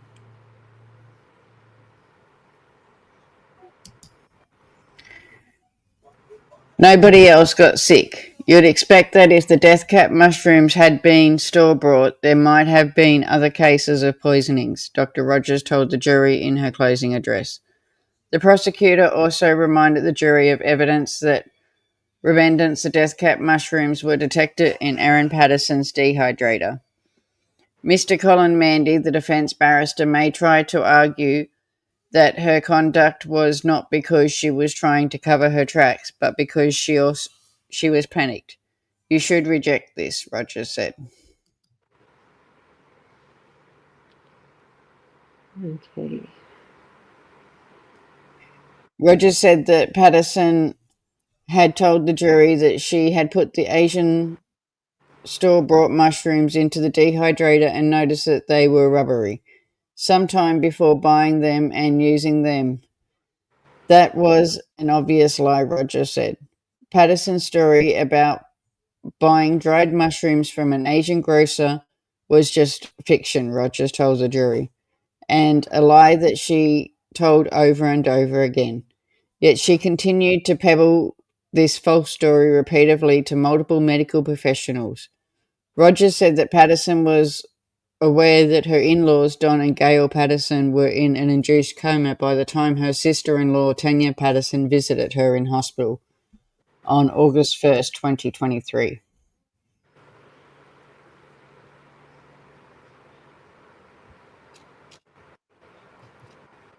She told Tanya she knew this, Rogers said. The accused must have known the critical importance of telling the truth.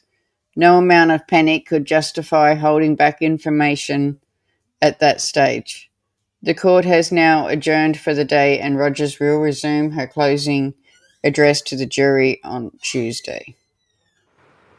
So that was the end of Monday, and that's Defence Colin Mandy SC with his serious look. His little colour.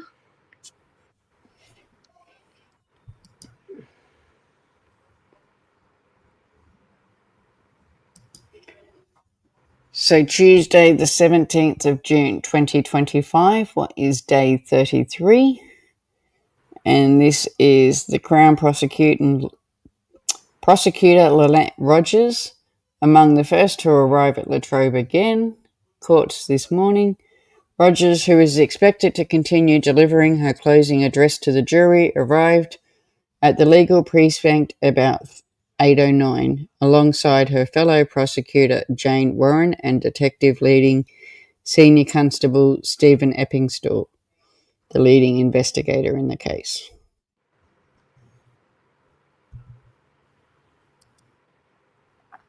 She's always the first one there. Very early. But is it early bird gets a worm? Is that yes. the saying? Yes, that's the saying. Okay. Jury urged to consider why the dehydrator was dumped. So, Crown Prosecutor Lynette Rogers, SC, is back on her feet to continue delivering her closing address to the Supreme Court jury sitting in Morwell. As she does so, members of the Patterson and Wilkinson families, including lunch survivor Ian Wilkinson and his adult children, are sitting in the public gallery in courtroom 4.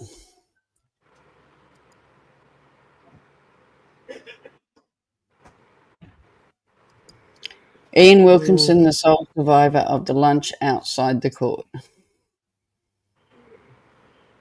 What kind of vest is he wearing? I don't know, because I don't know if he's got like something underneath it, like a protective thing, because if you have a look, it's... But then again, he's also had the transplant, so he could have something medical under there, I don't know. That's true.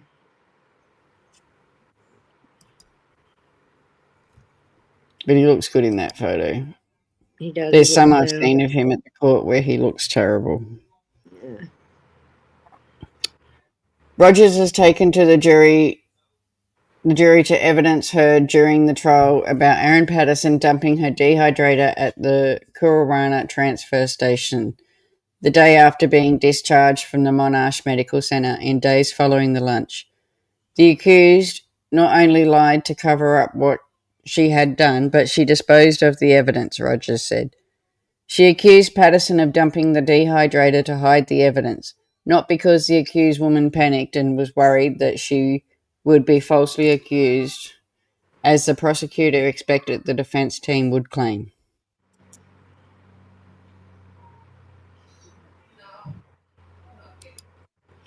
You should completely reject that position. Her story about the estranged husband, Simon, accusing her in the hospital of using the dehydrator and this sending her into a panic is nonsense, Rogers told the jury.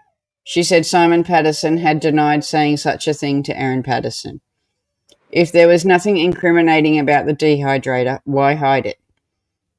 The prosecutor said that Patterson did so because the appliance would incriminate her, as she knew she had dehydrated death cap mushrooms in the appliance, and Rogers said that she had deliberately done so. If not for careful analyzation of Patterson's bank records, no one would have even known about the dehydrator, Rogers said. How lucky are we they looked at them? Very lucky. Erin Patterson took a series of deliberate steps to conceal her mobile phones from police, Prosecutor Lynette Rogers has told the jury in her closing address. Rogers said that Patterson's primary phone number was the one referred to throughout the trial as Phone A Samsung Galaxy handset. The phone records indicate that she continued to use the phone with the phone number right through to February 2023, up until the lunch and then after the lunch as well.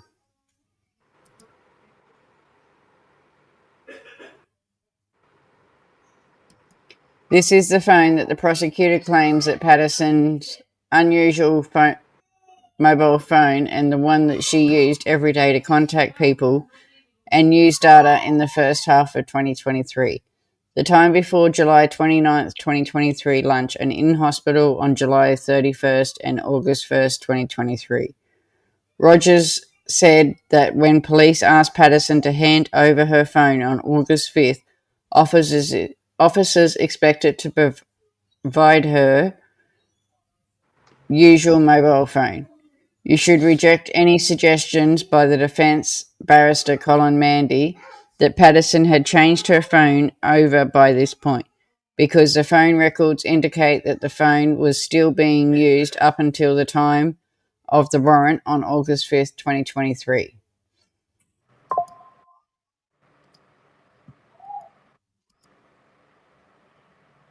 I think I need to charge my mouse. I Always keep pressing it, journaling. it's not working. It's like, and it's an Apple one, so it has to be charged by. Oh, yeah, by USB-C or something. Yeah. About 5 minutes after the police had begun executing the search warrant, police records showed that Patterson was using the SIM card ending with the numbers 783 in her usual mobile phone, including to receive text messages. The phone records indicate that an unknown time between 12:01 p.m. and 1:45 p.m. on August 5th, 2023, the service number ending in 783 using a Samsung Galaxy A23 headset lost connection with the network. This could be due to the SIM card being removed, the battery being removed without turning the headset off, or the battery being damaged. For any of these three things to occur, someone we suggest the accused must have been handling phone A between 12:01 and 1:45 p.m. in the middle of the search warrant. It certainly wasn't sitting idly by the windowsill. So that's when they were looking for the second phone. Remember, they kept saying it was by a windowsill or on a box.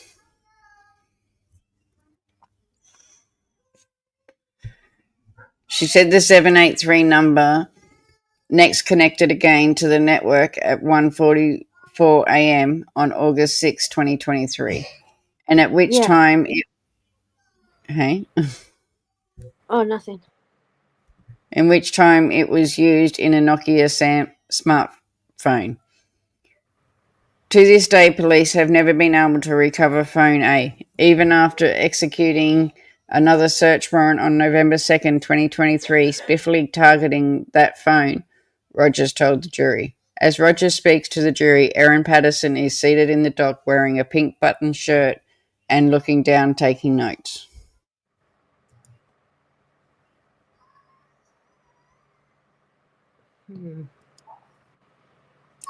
The handset Erin Patterson handed over to police on August 5th, 2023. Hang on. Someone sounds happy. Yeah.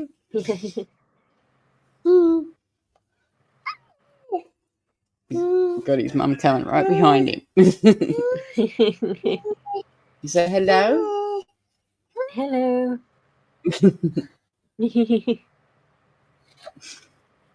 Sorry. You're right.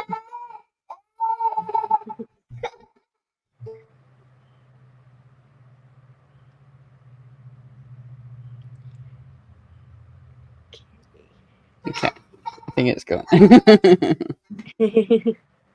The handset Erin Patterson handed over to police on August 5th, 2023 was phone B. I think, did I just read? No. Phone B prosecutor Lynette Rogers, SC, told the jury, as she argued the handset was a dummy phone set up by the accused woman to conceal the contents of her usual mobile phone. Rogers said police found nothing on the device as it had been factory reset and wiped a number of times, as per the evidence of digital forensic officer Shaman Fox Henry.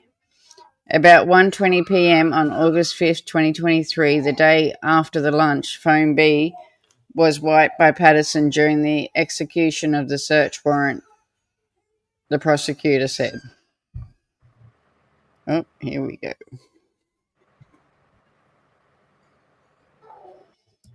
So that's forensic computer expert Shaman Fox Henry. It looks like Where's a techie. Hez? You wanted to see him?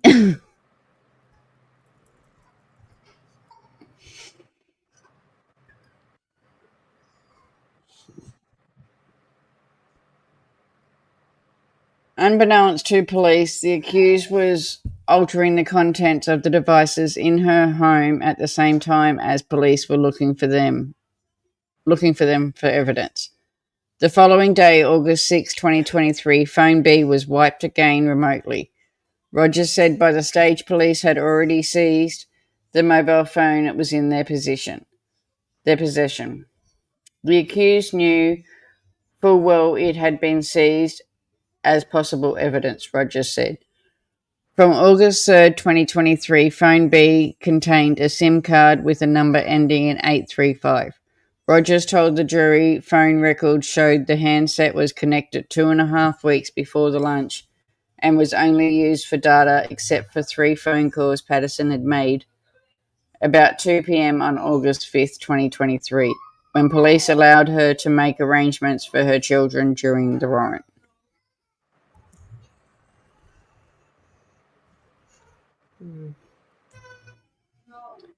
The 835 phone number, which was in phone B, was not the accused's usual mobile number.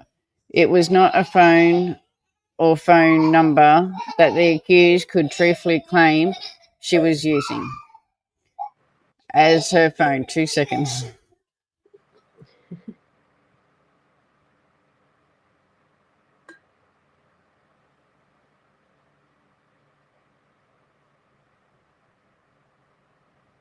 Mm-hmm. He thinks it's a game now.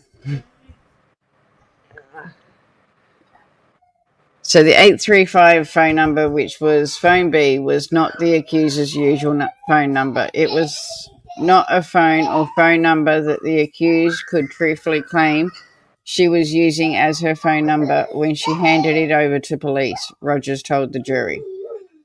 She said that in early hours of August 6, 2023, the day after the police searched the Pattersons' Leningatha home, the 783 SIM card, which had been removed from phone A, was connected to a different handset, a Nokia. The phone was never recovered by police. It is quite clear that the 783 number we say was the accuser's phone number, Rogers said. It was recorded in her medical documentation in the hospital. It was the phone number that she used to make phone calls and send text messages throughout the relevant period. It is the phone that she was using when she was sitting in the Leningatha Urgent Care Centre. So she gave them the dummy phone and didn't actually hand over her real phone. Yeah. She planned it. Mm-hmm. Well, that's intent, and that's what they're trying to prove. Oh, I think they've got more than enough proof. Rogers said that despite giving police the 835 number during her interview on August 5th, 2023, it had only been connected for a few weeks. She continued using the 783 mobile phone number even after the police interview concluded on August 5th, 2023, the prosecutor told the jury. All of this conduct was designed to frustrate the police investigation of this matter. It was all done so the police would never see the contents of the accused's real mobile phone. The only reasonable explanation, Rogers said, was that Patterson knew the information on phone A would implicate her in a deliberate poisoning of her lunch guests. This is another example of incriminating conduct, she told the jury. The evidence that could have potentially been on the phone, Rogers said, included information about Patterson's possible visits to Lock and Outram. The prosecutor alleges that Patterson visited those areas looking for death cap mushrooms.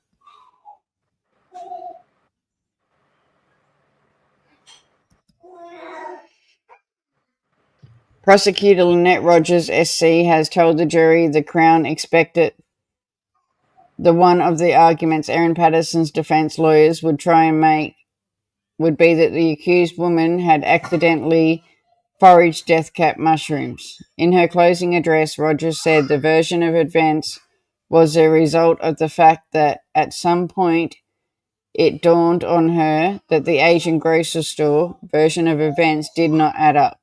She had come up with something new, Rogers said. Yep.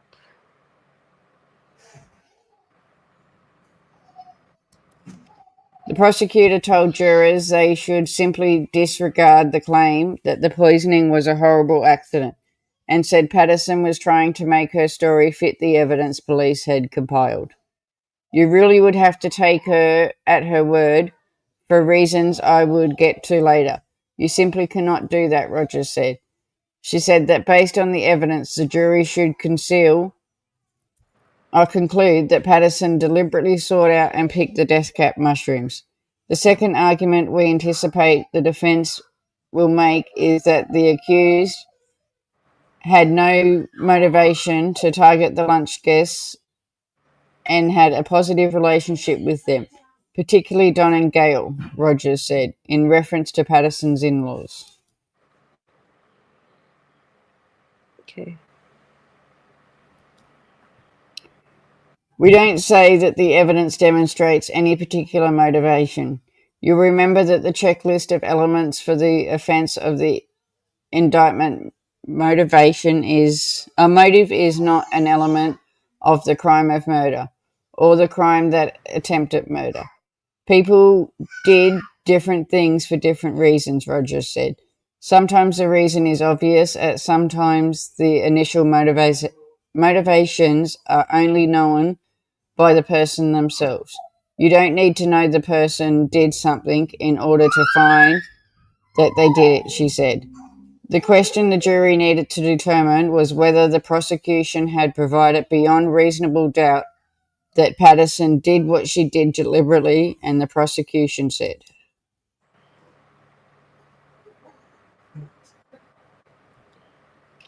After a brief break, the prosecutor, Lynette Rogers, has resumed her closing address by telling the jury to put aside Erin Patterson's evidence about foraging and eating wild mushrooms.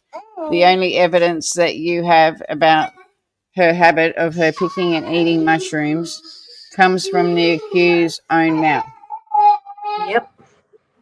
We say this is not a credible witness.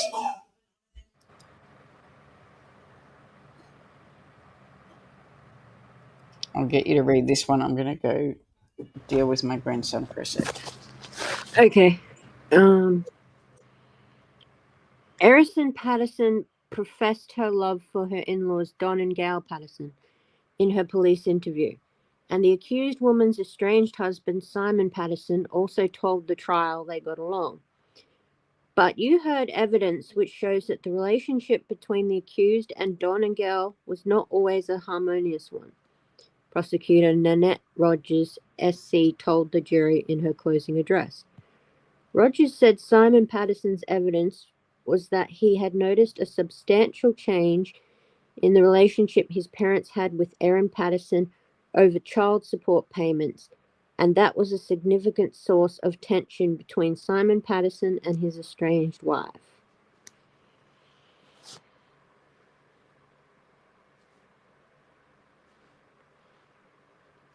Okay.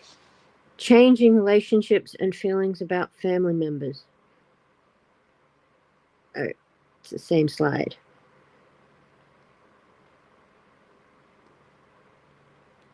Yeah, Ozzy and I talked about the child support in an earlier live. Yeah, he didn't pay much, and it had something to do with tax benefits, and it was interesting. But yeah, you can check out the earlier coverage of this case in the playlist. Personally, I think she did it, but it'll be interesting to see the verdict, which will hopefully be next week. Okay. I gave up my iPad.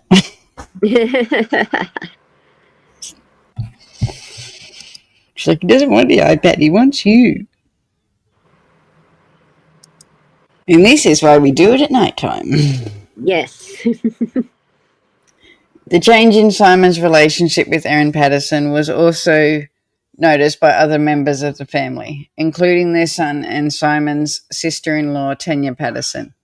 The evidence shows that the divide between the accused and the in-laws were deeper than they ever knew, Rogers told the jury.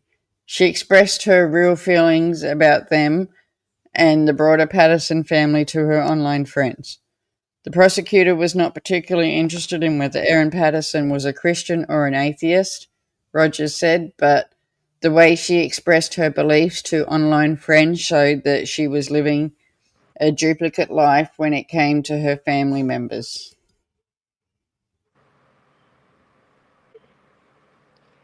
Definitely. Patterson's messages to online friends, which included eye-roll emojis, mocked the family for their religious beliefs, despite the mother of two attending church with them, Rogers said. The prosecutor also referred to messages from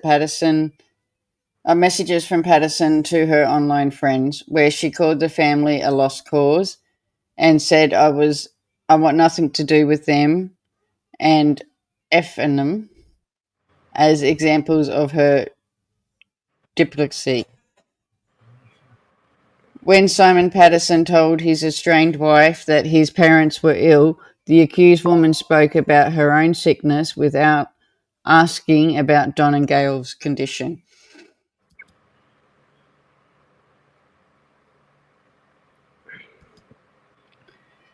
Prosecutor Lynette Rogers told the jury that she anticipated that the defense barrister Colin Mandy might suggest there are innocent exclamations of Erin Patterson's incriminating conduct that included, the prosecution said, exclamations of why Patterson discharged herself from hospital against medical advice, her reluctance to receive medical treatment, and why she dumped the food dehydrator, her lies to police, and factory resets on phone B.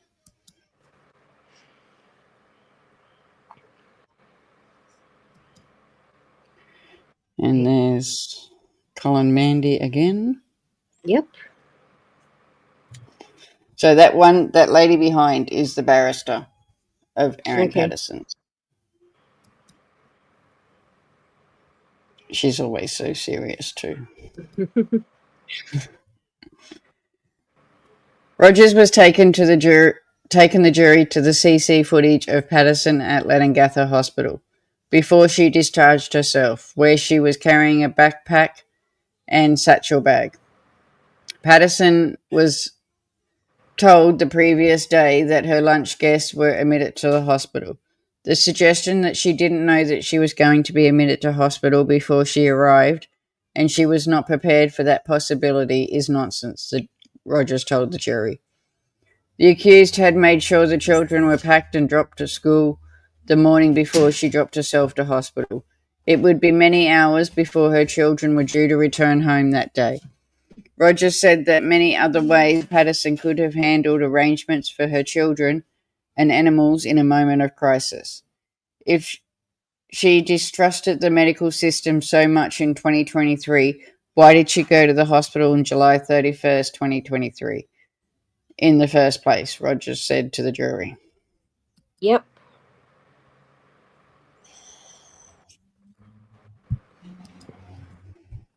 The jury has been urged to reject suggestions that Erin Patterson panicked and that was why she engaged in the conduct that included dumping the food dehydrator. Prosecutor Lynette Rogers said that panic did not explain the expense and prolonged efforts Patterson engaged in to cover up what she had done, and why she persisted her lies even when the lives of lunch guests were at stake. In her closing address, Rogers asked the jurors what they would have done if they had been served a meal containing death cap mushrooms. To guess. Yep. Good point.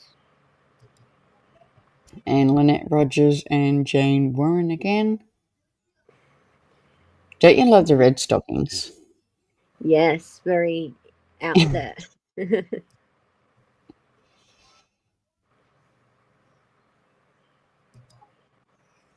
Would you go into self-preservation mode? Would you race away from the hospital and do who knows what for an hour and a half?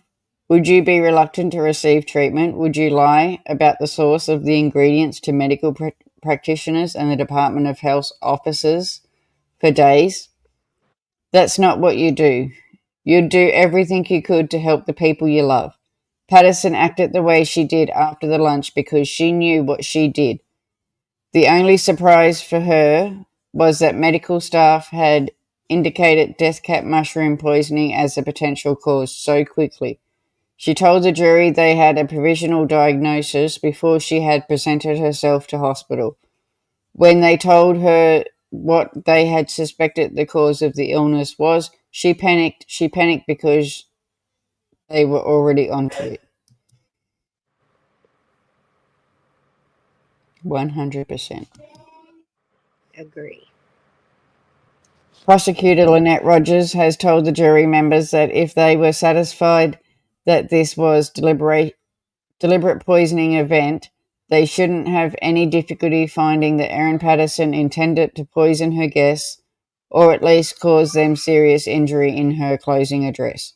Rogers said the toxicity of the death cap mushrooms was well known, and she referred to evidence from the trial that the estimated lethal dose of maxitoxins was 0.1 milligram per kilogram, and that 7 milligrams of the toxins would kill a 70-kilogram person. Yep.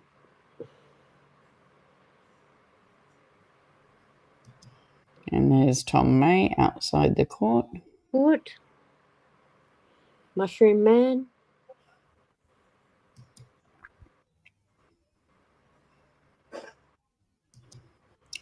Rogers said the photos recovered from Patterson's Samsung tablet showed the mushrooms on the scales that mycologist Dr. Tom May identified as being highly consistent with death cap mushrooms. Police had conducted a thorough investigation in the case, the prosecution said, and that included reviewing the medical documents, shopping records, investigating mushroom supply chains, and making inquiries to mushroom farms about potential contaminations of their supply chains. Rogers said that officers were even investigated the meal that Ian and Heather Wilkerson ate at the Coomba Middle Pub prior to the lunch to check that there was no possible food sources that could explain their illness.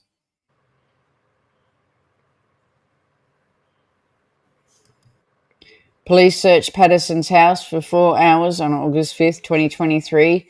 The jury heard that they had the goal of finding every electronic device they could. Rogers said the jury should reject any suggestion that the police left the devices sitting on window sills or shelves. Rogers told jurors it might be in a hindsight that they might think that this kind of poisoning was bound to be detected, and they might question why Patterson shared photos of the dehydrator with her online friends if she was going to use it to poison her guests. Patterson did so, the prosecutor said, because she thought she could get away with this crime, and she never imagined the doctors would be so quick to suspect the death cap mushrooms would be involved. Yep. Erin Patterson didn't have to give evidence during her trial, but chose to. Prosecutor Lynette Rogers told the jury, and in doing so exposed herself to being cross-examined like any other witness. The prosecution's case is that Patterson told numerous lies to witnesses in the case and to the jury, including lying about having cancer. Her evidence seemed to change every time she was asked about it, Rogers told the jury. Patterson has also lied about owning a dehydrator and said that not a lie told in heat of the moment, the prosecutor said. This lie was set in motion the moment she dumped the dehydrator. It cannot be described as a knee-jerk reaction. It was calculated and planned deception. It certainly was. Patterson also lied about foraging for mushrooms and told variations of this lie to various medical professionals, and Department of Health Manager Sally Ann Atkinson, the jury heard. Then there are the lies that the accused has not admit it. The accused lied in the record of interviewing when she said that she had been very, very helpful with the Department of Health. Rogers Patterson had been non-responsive with police and kept changing her story. When the accused told you I was trying to be helpful to the department, she was lying again. Yep, she certainly was. Gail Patterson's evidence about why she had invited her in-laws, Don and Gail Patterson, along with Ian and Heather to lunch on July 29th, 2023, was also a lie. Prosecutor Lynette Rogers told the jury. Evidence heard the trial indicated that the lunch invitation involved a serious medical issue. Erin Patterson wanted to discuss the accused woman. The trial she invited her in-laws because she had enjoyed their company at a lunch the previous month. She said that she invited the Wilkinsons because she wanted to get close to them and thank Heather for helping with Patterson's daughter. She lied when she said that she had never told the lunch guests that she had a cancer diagnosis, and you heard the evidence of Ian Wilkinson and what Don Patterson told Erin's estranged husband Simon about that.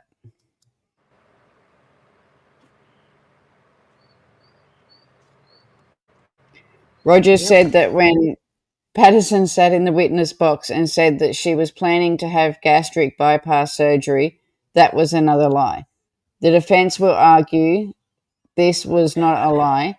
They will say that she did not have an appointment to discuss weight loss options, but that is not what she said to you in her evidence, Rogers told the jury. Patterson told the defense barrister Colin Mandy in her evidence that she was anxious and stressed about the gastric bypass and that she did not want to tell anybody. Rogers said that she was pressed under cross-examination. Patterson said she had an appointment about a gastric bypass schedule for early September 2023. Patterson said that she wanted the surgery to regain control of what she ate and described her appointment as not the surgery itself, but the pre-surgery appointment. Rogers told the jury in her closing address. A statement from the clinic provided to Miss Patterson stated that it didn't offer and never had offered gastric bypass surgery. Under questioning from her barrister, Patterson tried to say that she meant to say she was looking at options ranging from a gastric bypass to liposuction, and the appointment scheduled for September 23 was to discuss those options. There's no way the accused earlier evidence can be twisted to fit the new claim. What the accused plainly said was that she was going to have surgery soon.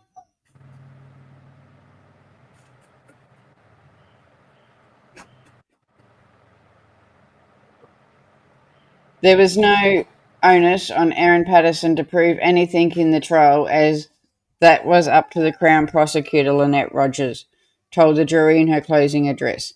But when it came to assessing the accused woman's credibility, Rogers said significant portions of her account relied on her evidence only, including the evidence about picking and eating wild mushrooms between 2020 and 2023.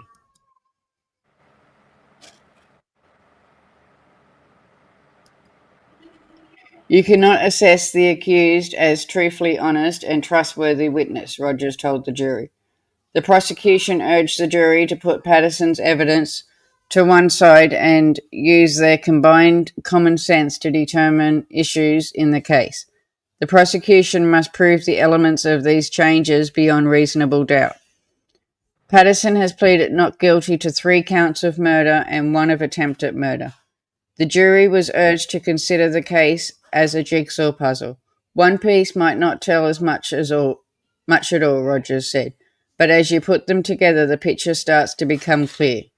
If jurors had a small doubt about one small piece of evidence, Rogers told them, they should remember that they do not have to be satisfied with every individual piece of evidence beyond reasonable doubt.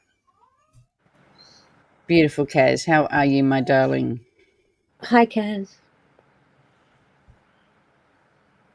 Miss Sharon's off to see the horses. Oh, Instead, they should step back, look at a case as a whole, and ask themselves, am I satisfied beyond reasonable doubt that the onus has been met?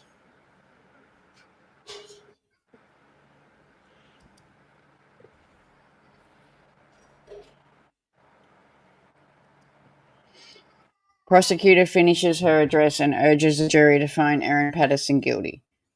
Prosecutor Lynette Rogers has told the jury that the Crown had well and truly met its onus by providing the case against accused killer Erin Patterson. You must not let your emotional response to those allegations cloud your judgment.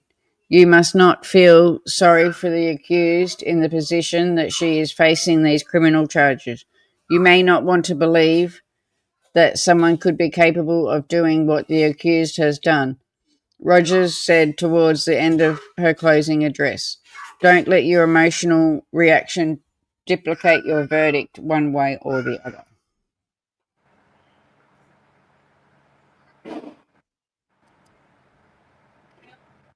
Rogers told the jury Patterson had told lies upon lies because she knew the truth would implicate her.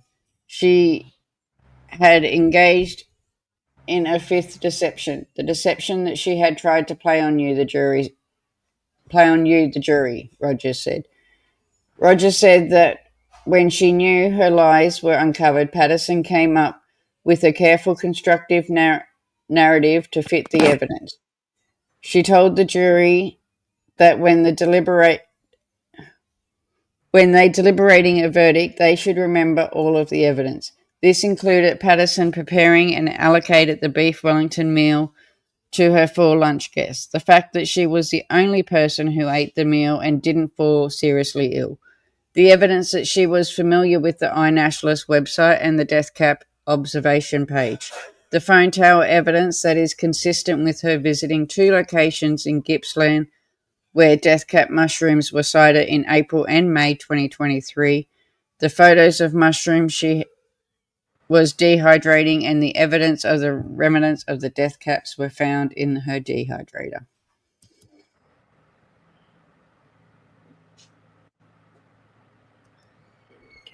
Rogers said the jury should also consider the evidence of the lengths Patterson went to conceal her actions, which include dumping the dehydrator, concealing her real phone from police, and the many lies that she told about the true source of the mushrooms that went into the beef Wellingtons. We suggest you be satisfied with the accused deliberately served the death caps to Don, Gail, Ian, and Heather, and did it so intending to kill them. Rogers said that she finished her closing address to the jury. Those conclusions we suggest will lead you to satisfy beyond reasonable doubt that the accused is guilty of all the charges in the indictment. Patterson has pleaded not guilty to 3 charges of murder and to 1 of attempted murder.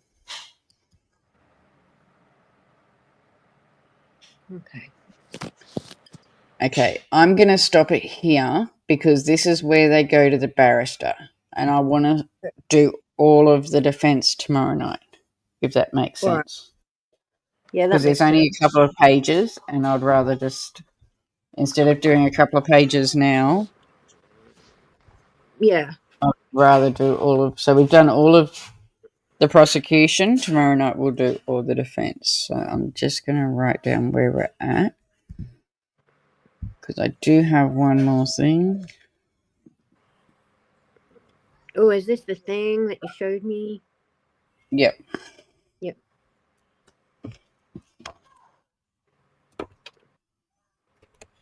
So tomorrow night, I'm going to leave it there. Tomorrow night, we're going to do all of the defence, because this is where I started the defence. I was unsure. I didn't know how long the defence was going to go. I was sitting there to Mac J, like, how much do I done a new presentation. So I'm going to finish it here, and I'll bring this one back up tomorrow night. We'll finish the defence, and then we're up to where we are. Okay. Now I have. Hang on. Pause. Because you know I like my little videos. So I've done this one for Erin, for the case, for the victims. So let's see if he's like it.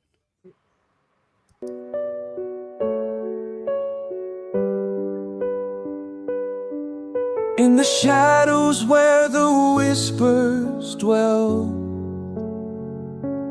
Erin's got a story that she knows too well. Invited them over for a peaceful lunch, but poison lingered, just waiting to crunch.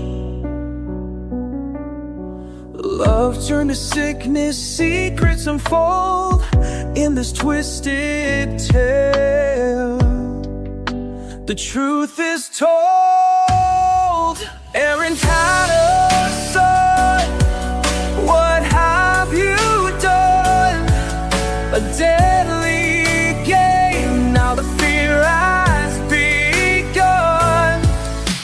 Lies whispered softly, but the truth is a knife in the heart of a family. Now they've lost their life.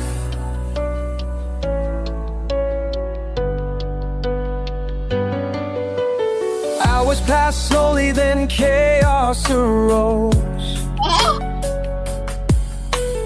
Family in agony, nobody knows. 6 weeks in limbo, they pray and they weep, while Erin keeps hiding, her secrets run deep. Guilty or innocent, which road will she take? In the end, it's the truth that will break.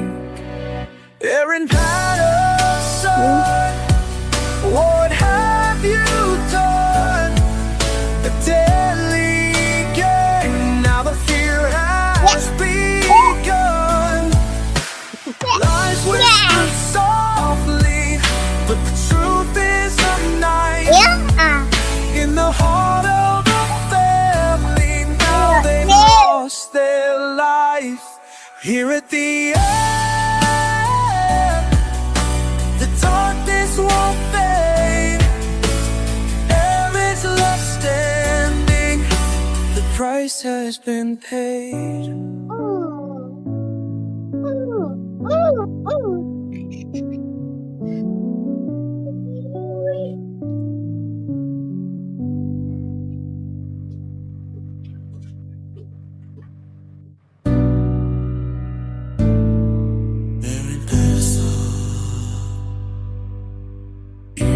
Shadows where the whispers dwell. Erin's got a story that she knows too well. Invited them over for a peaceful lunch, but poison lingered, just waiting to crunch. Love turned to sickness, crickets unfold in this twisted tale. The truth is told.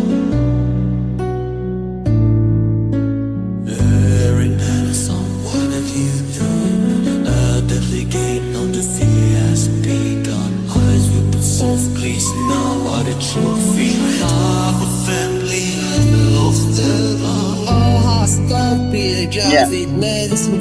Every head in earth is funny.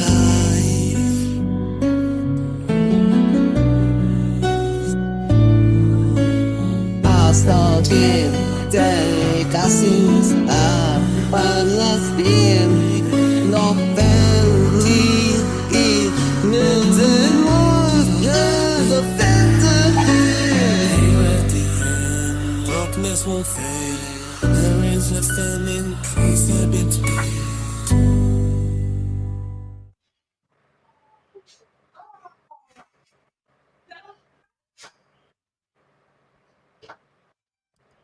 So I just thought that was a nice little.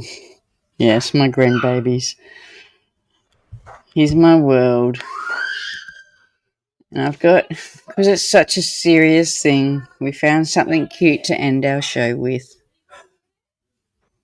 Yes, it's really. The song is for my daddy.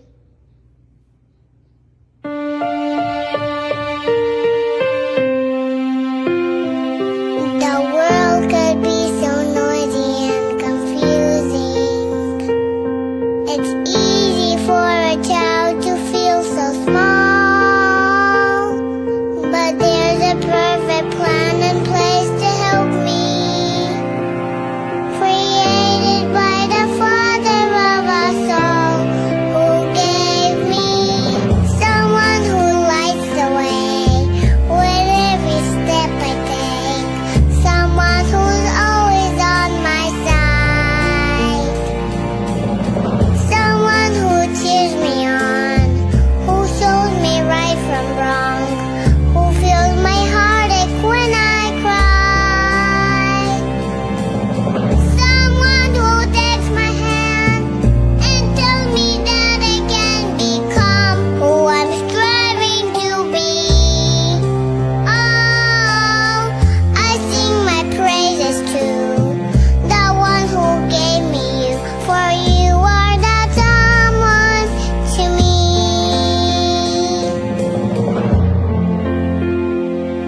You tell me I am strong and full of promise, that faith in God will be my guiding star. I've seen you turn to Him for strength and solace, and I know who I am because of who you are.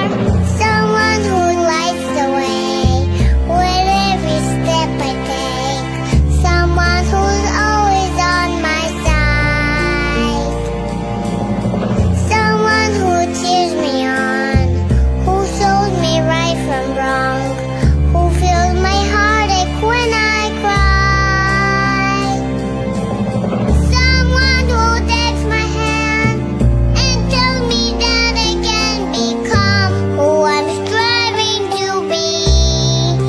Oh, I sing my praises to the one who gave me you, for you are that someone to me. You are that someone to me.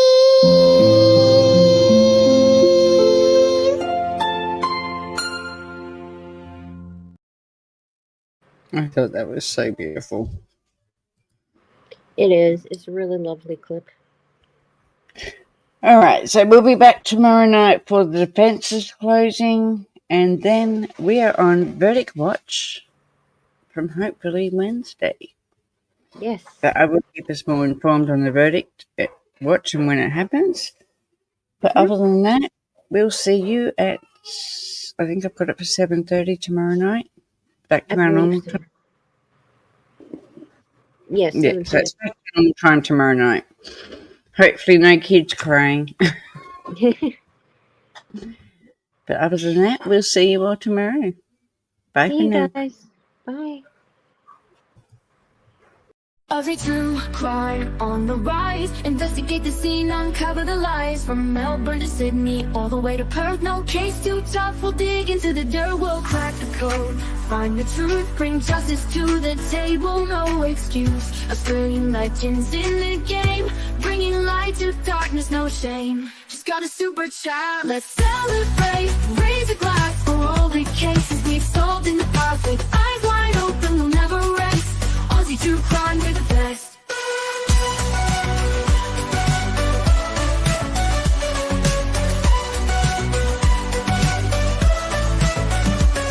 From cold cases to missing persons, we'll leave no stone unturned. Every virgin detectives in our hearts will never give up. But justice and truth will always hear us. Ooh, thank you so much.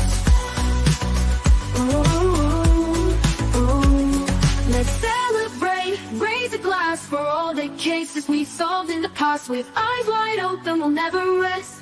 Aussie true crime, we're the best.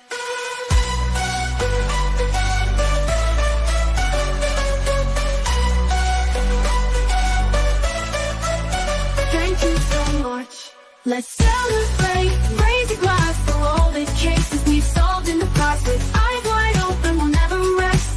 Aussie true crime, we're the best.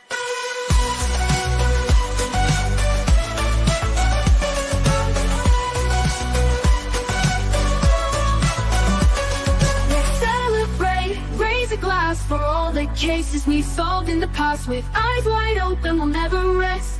Aussie true crime, we're the best.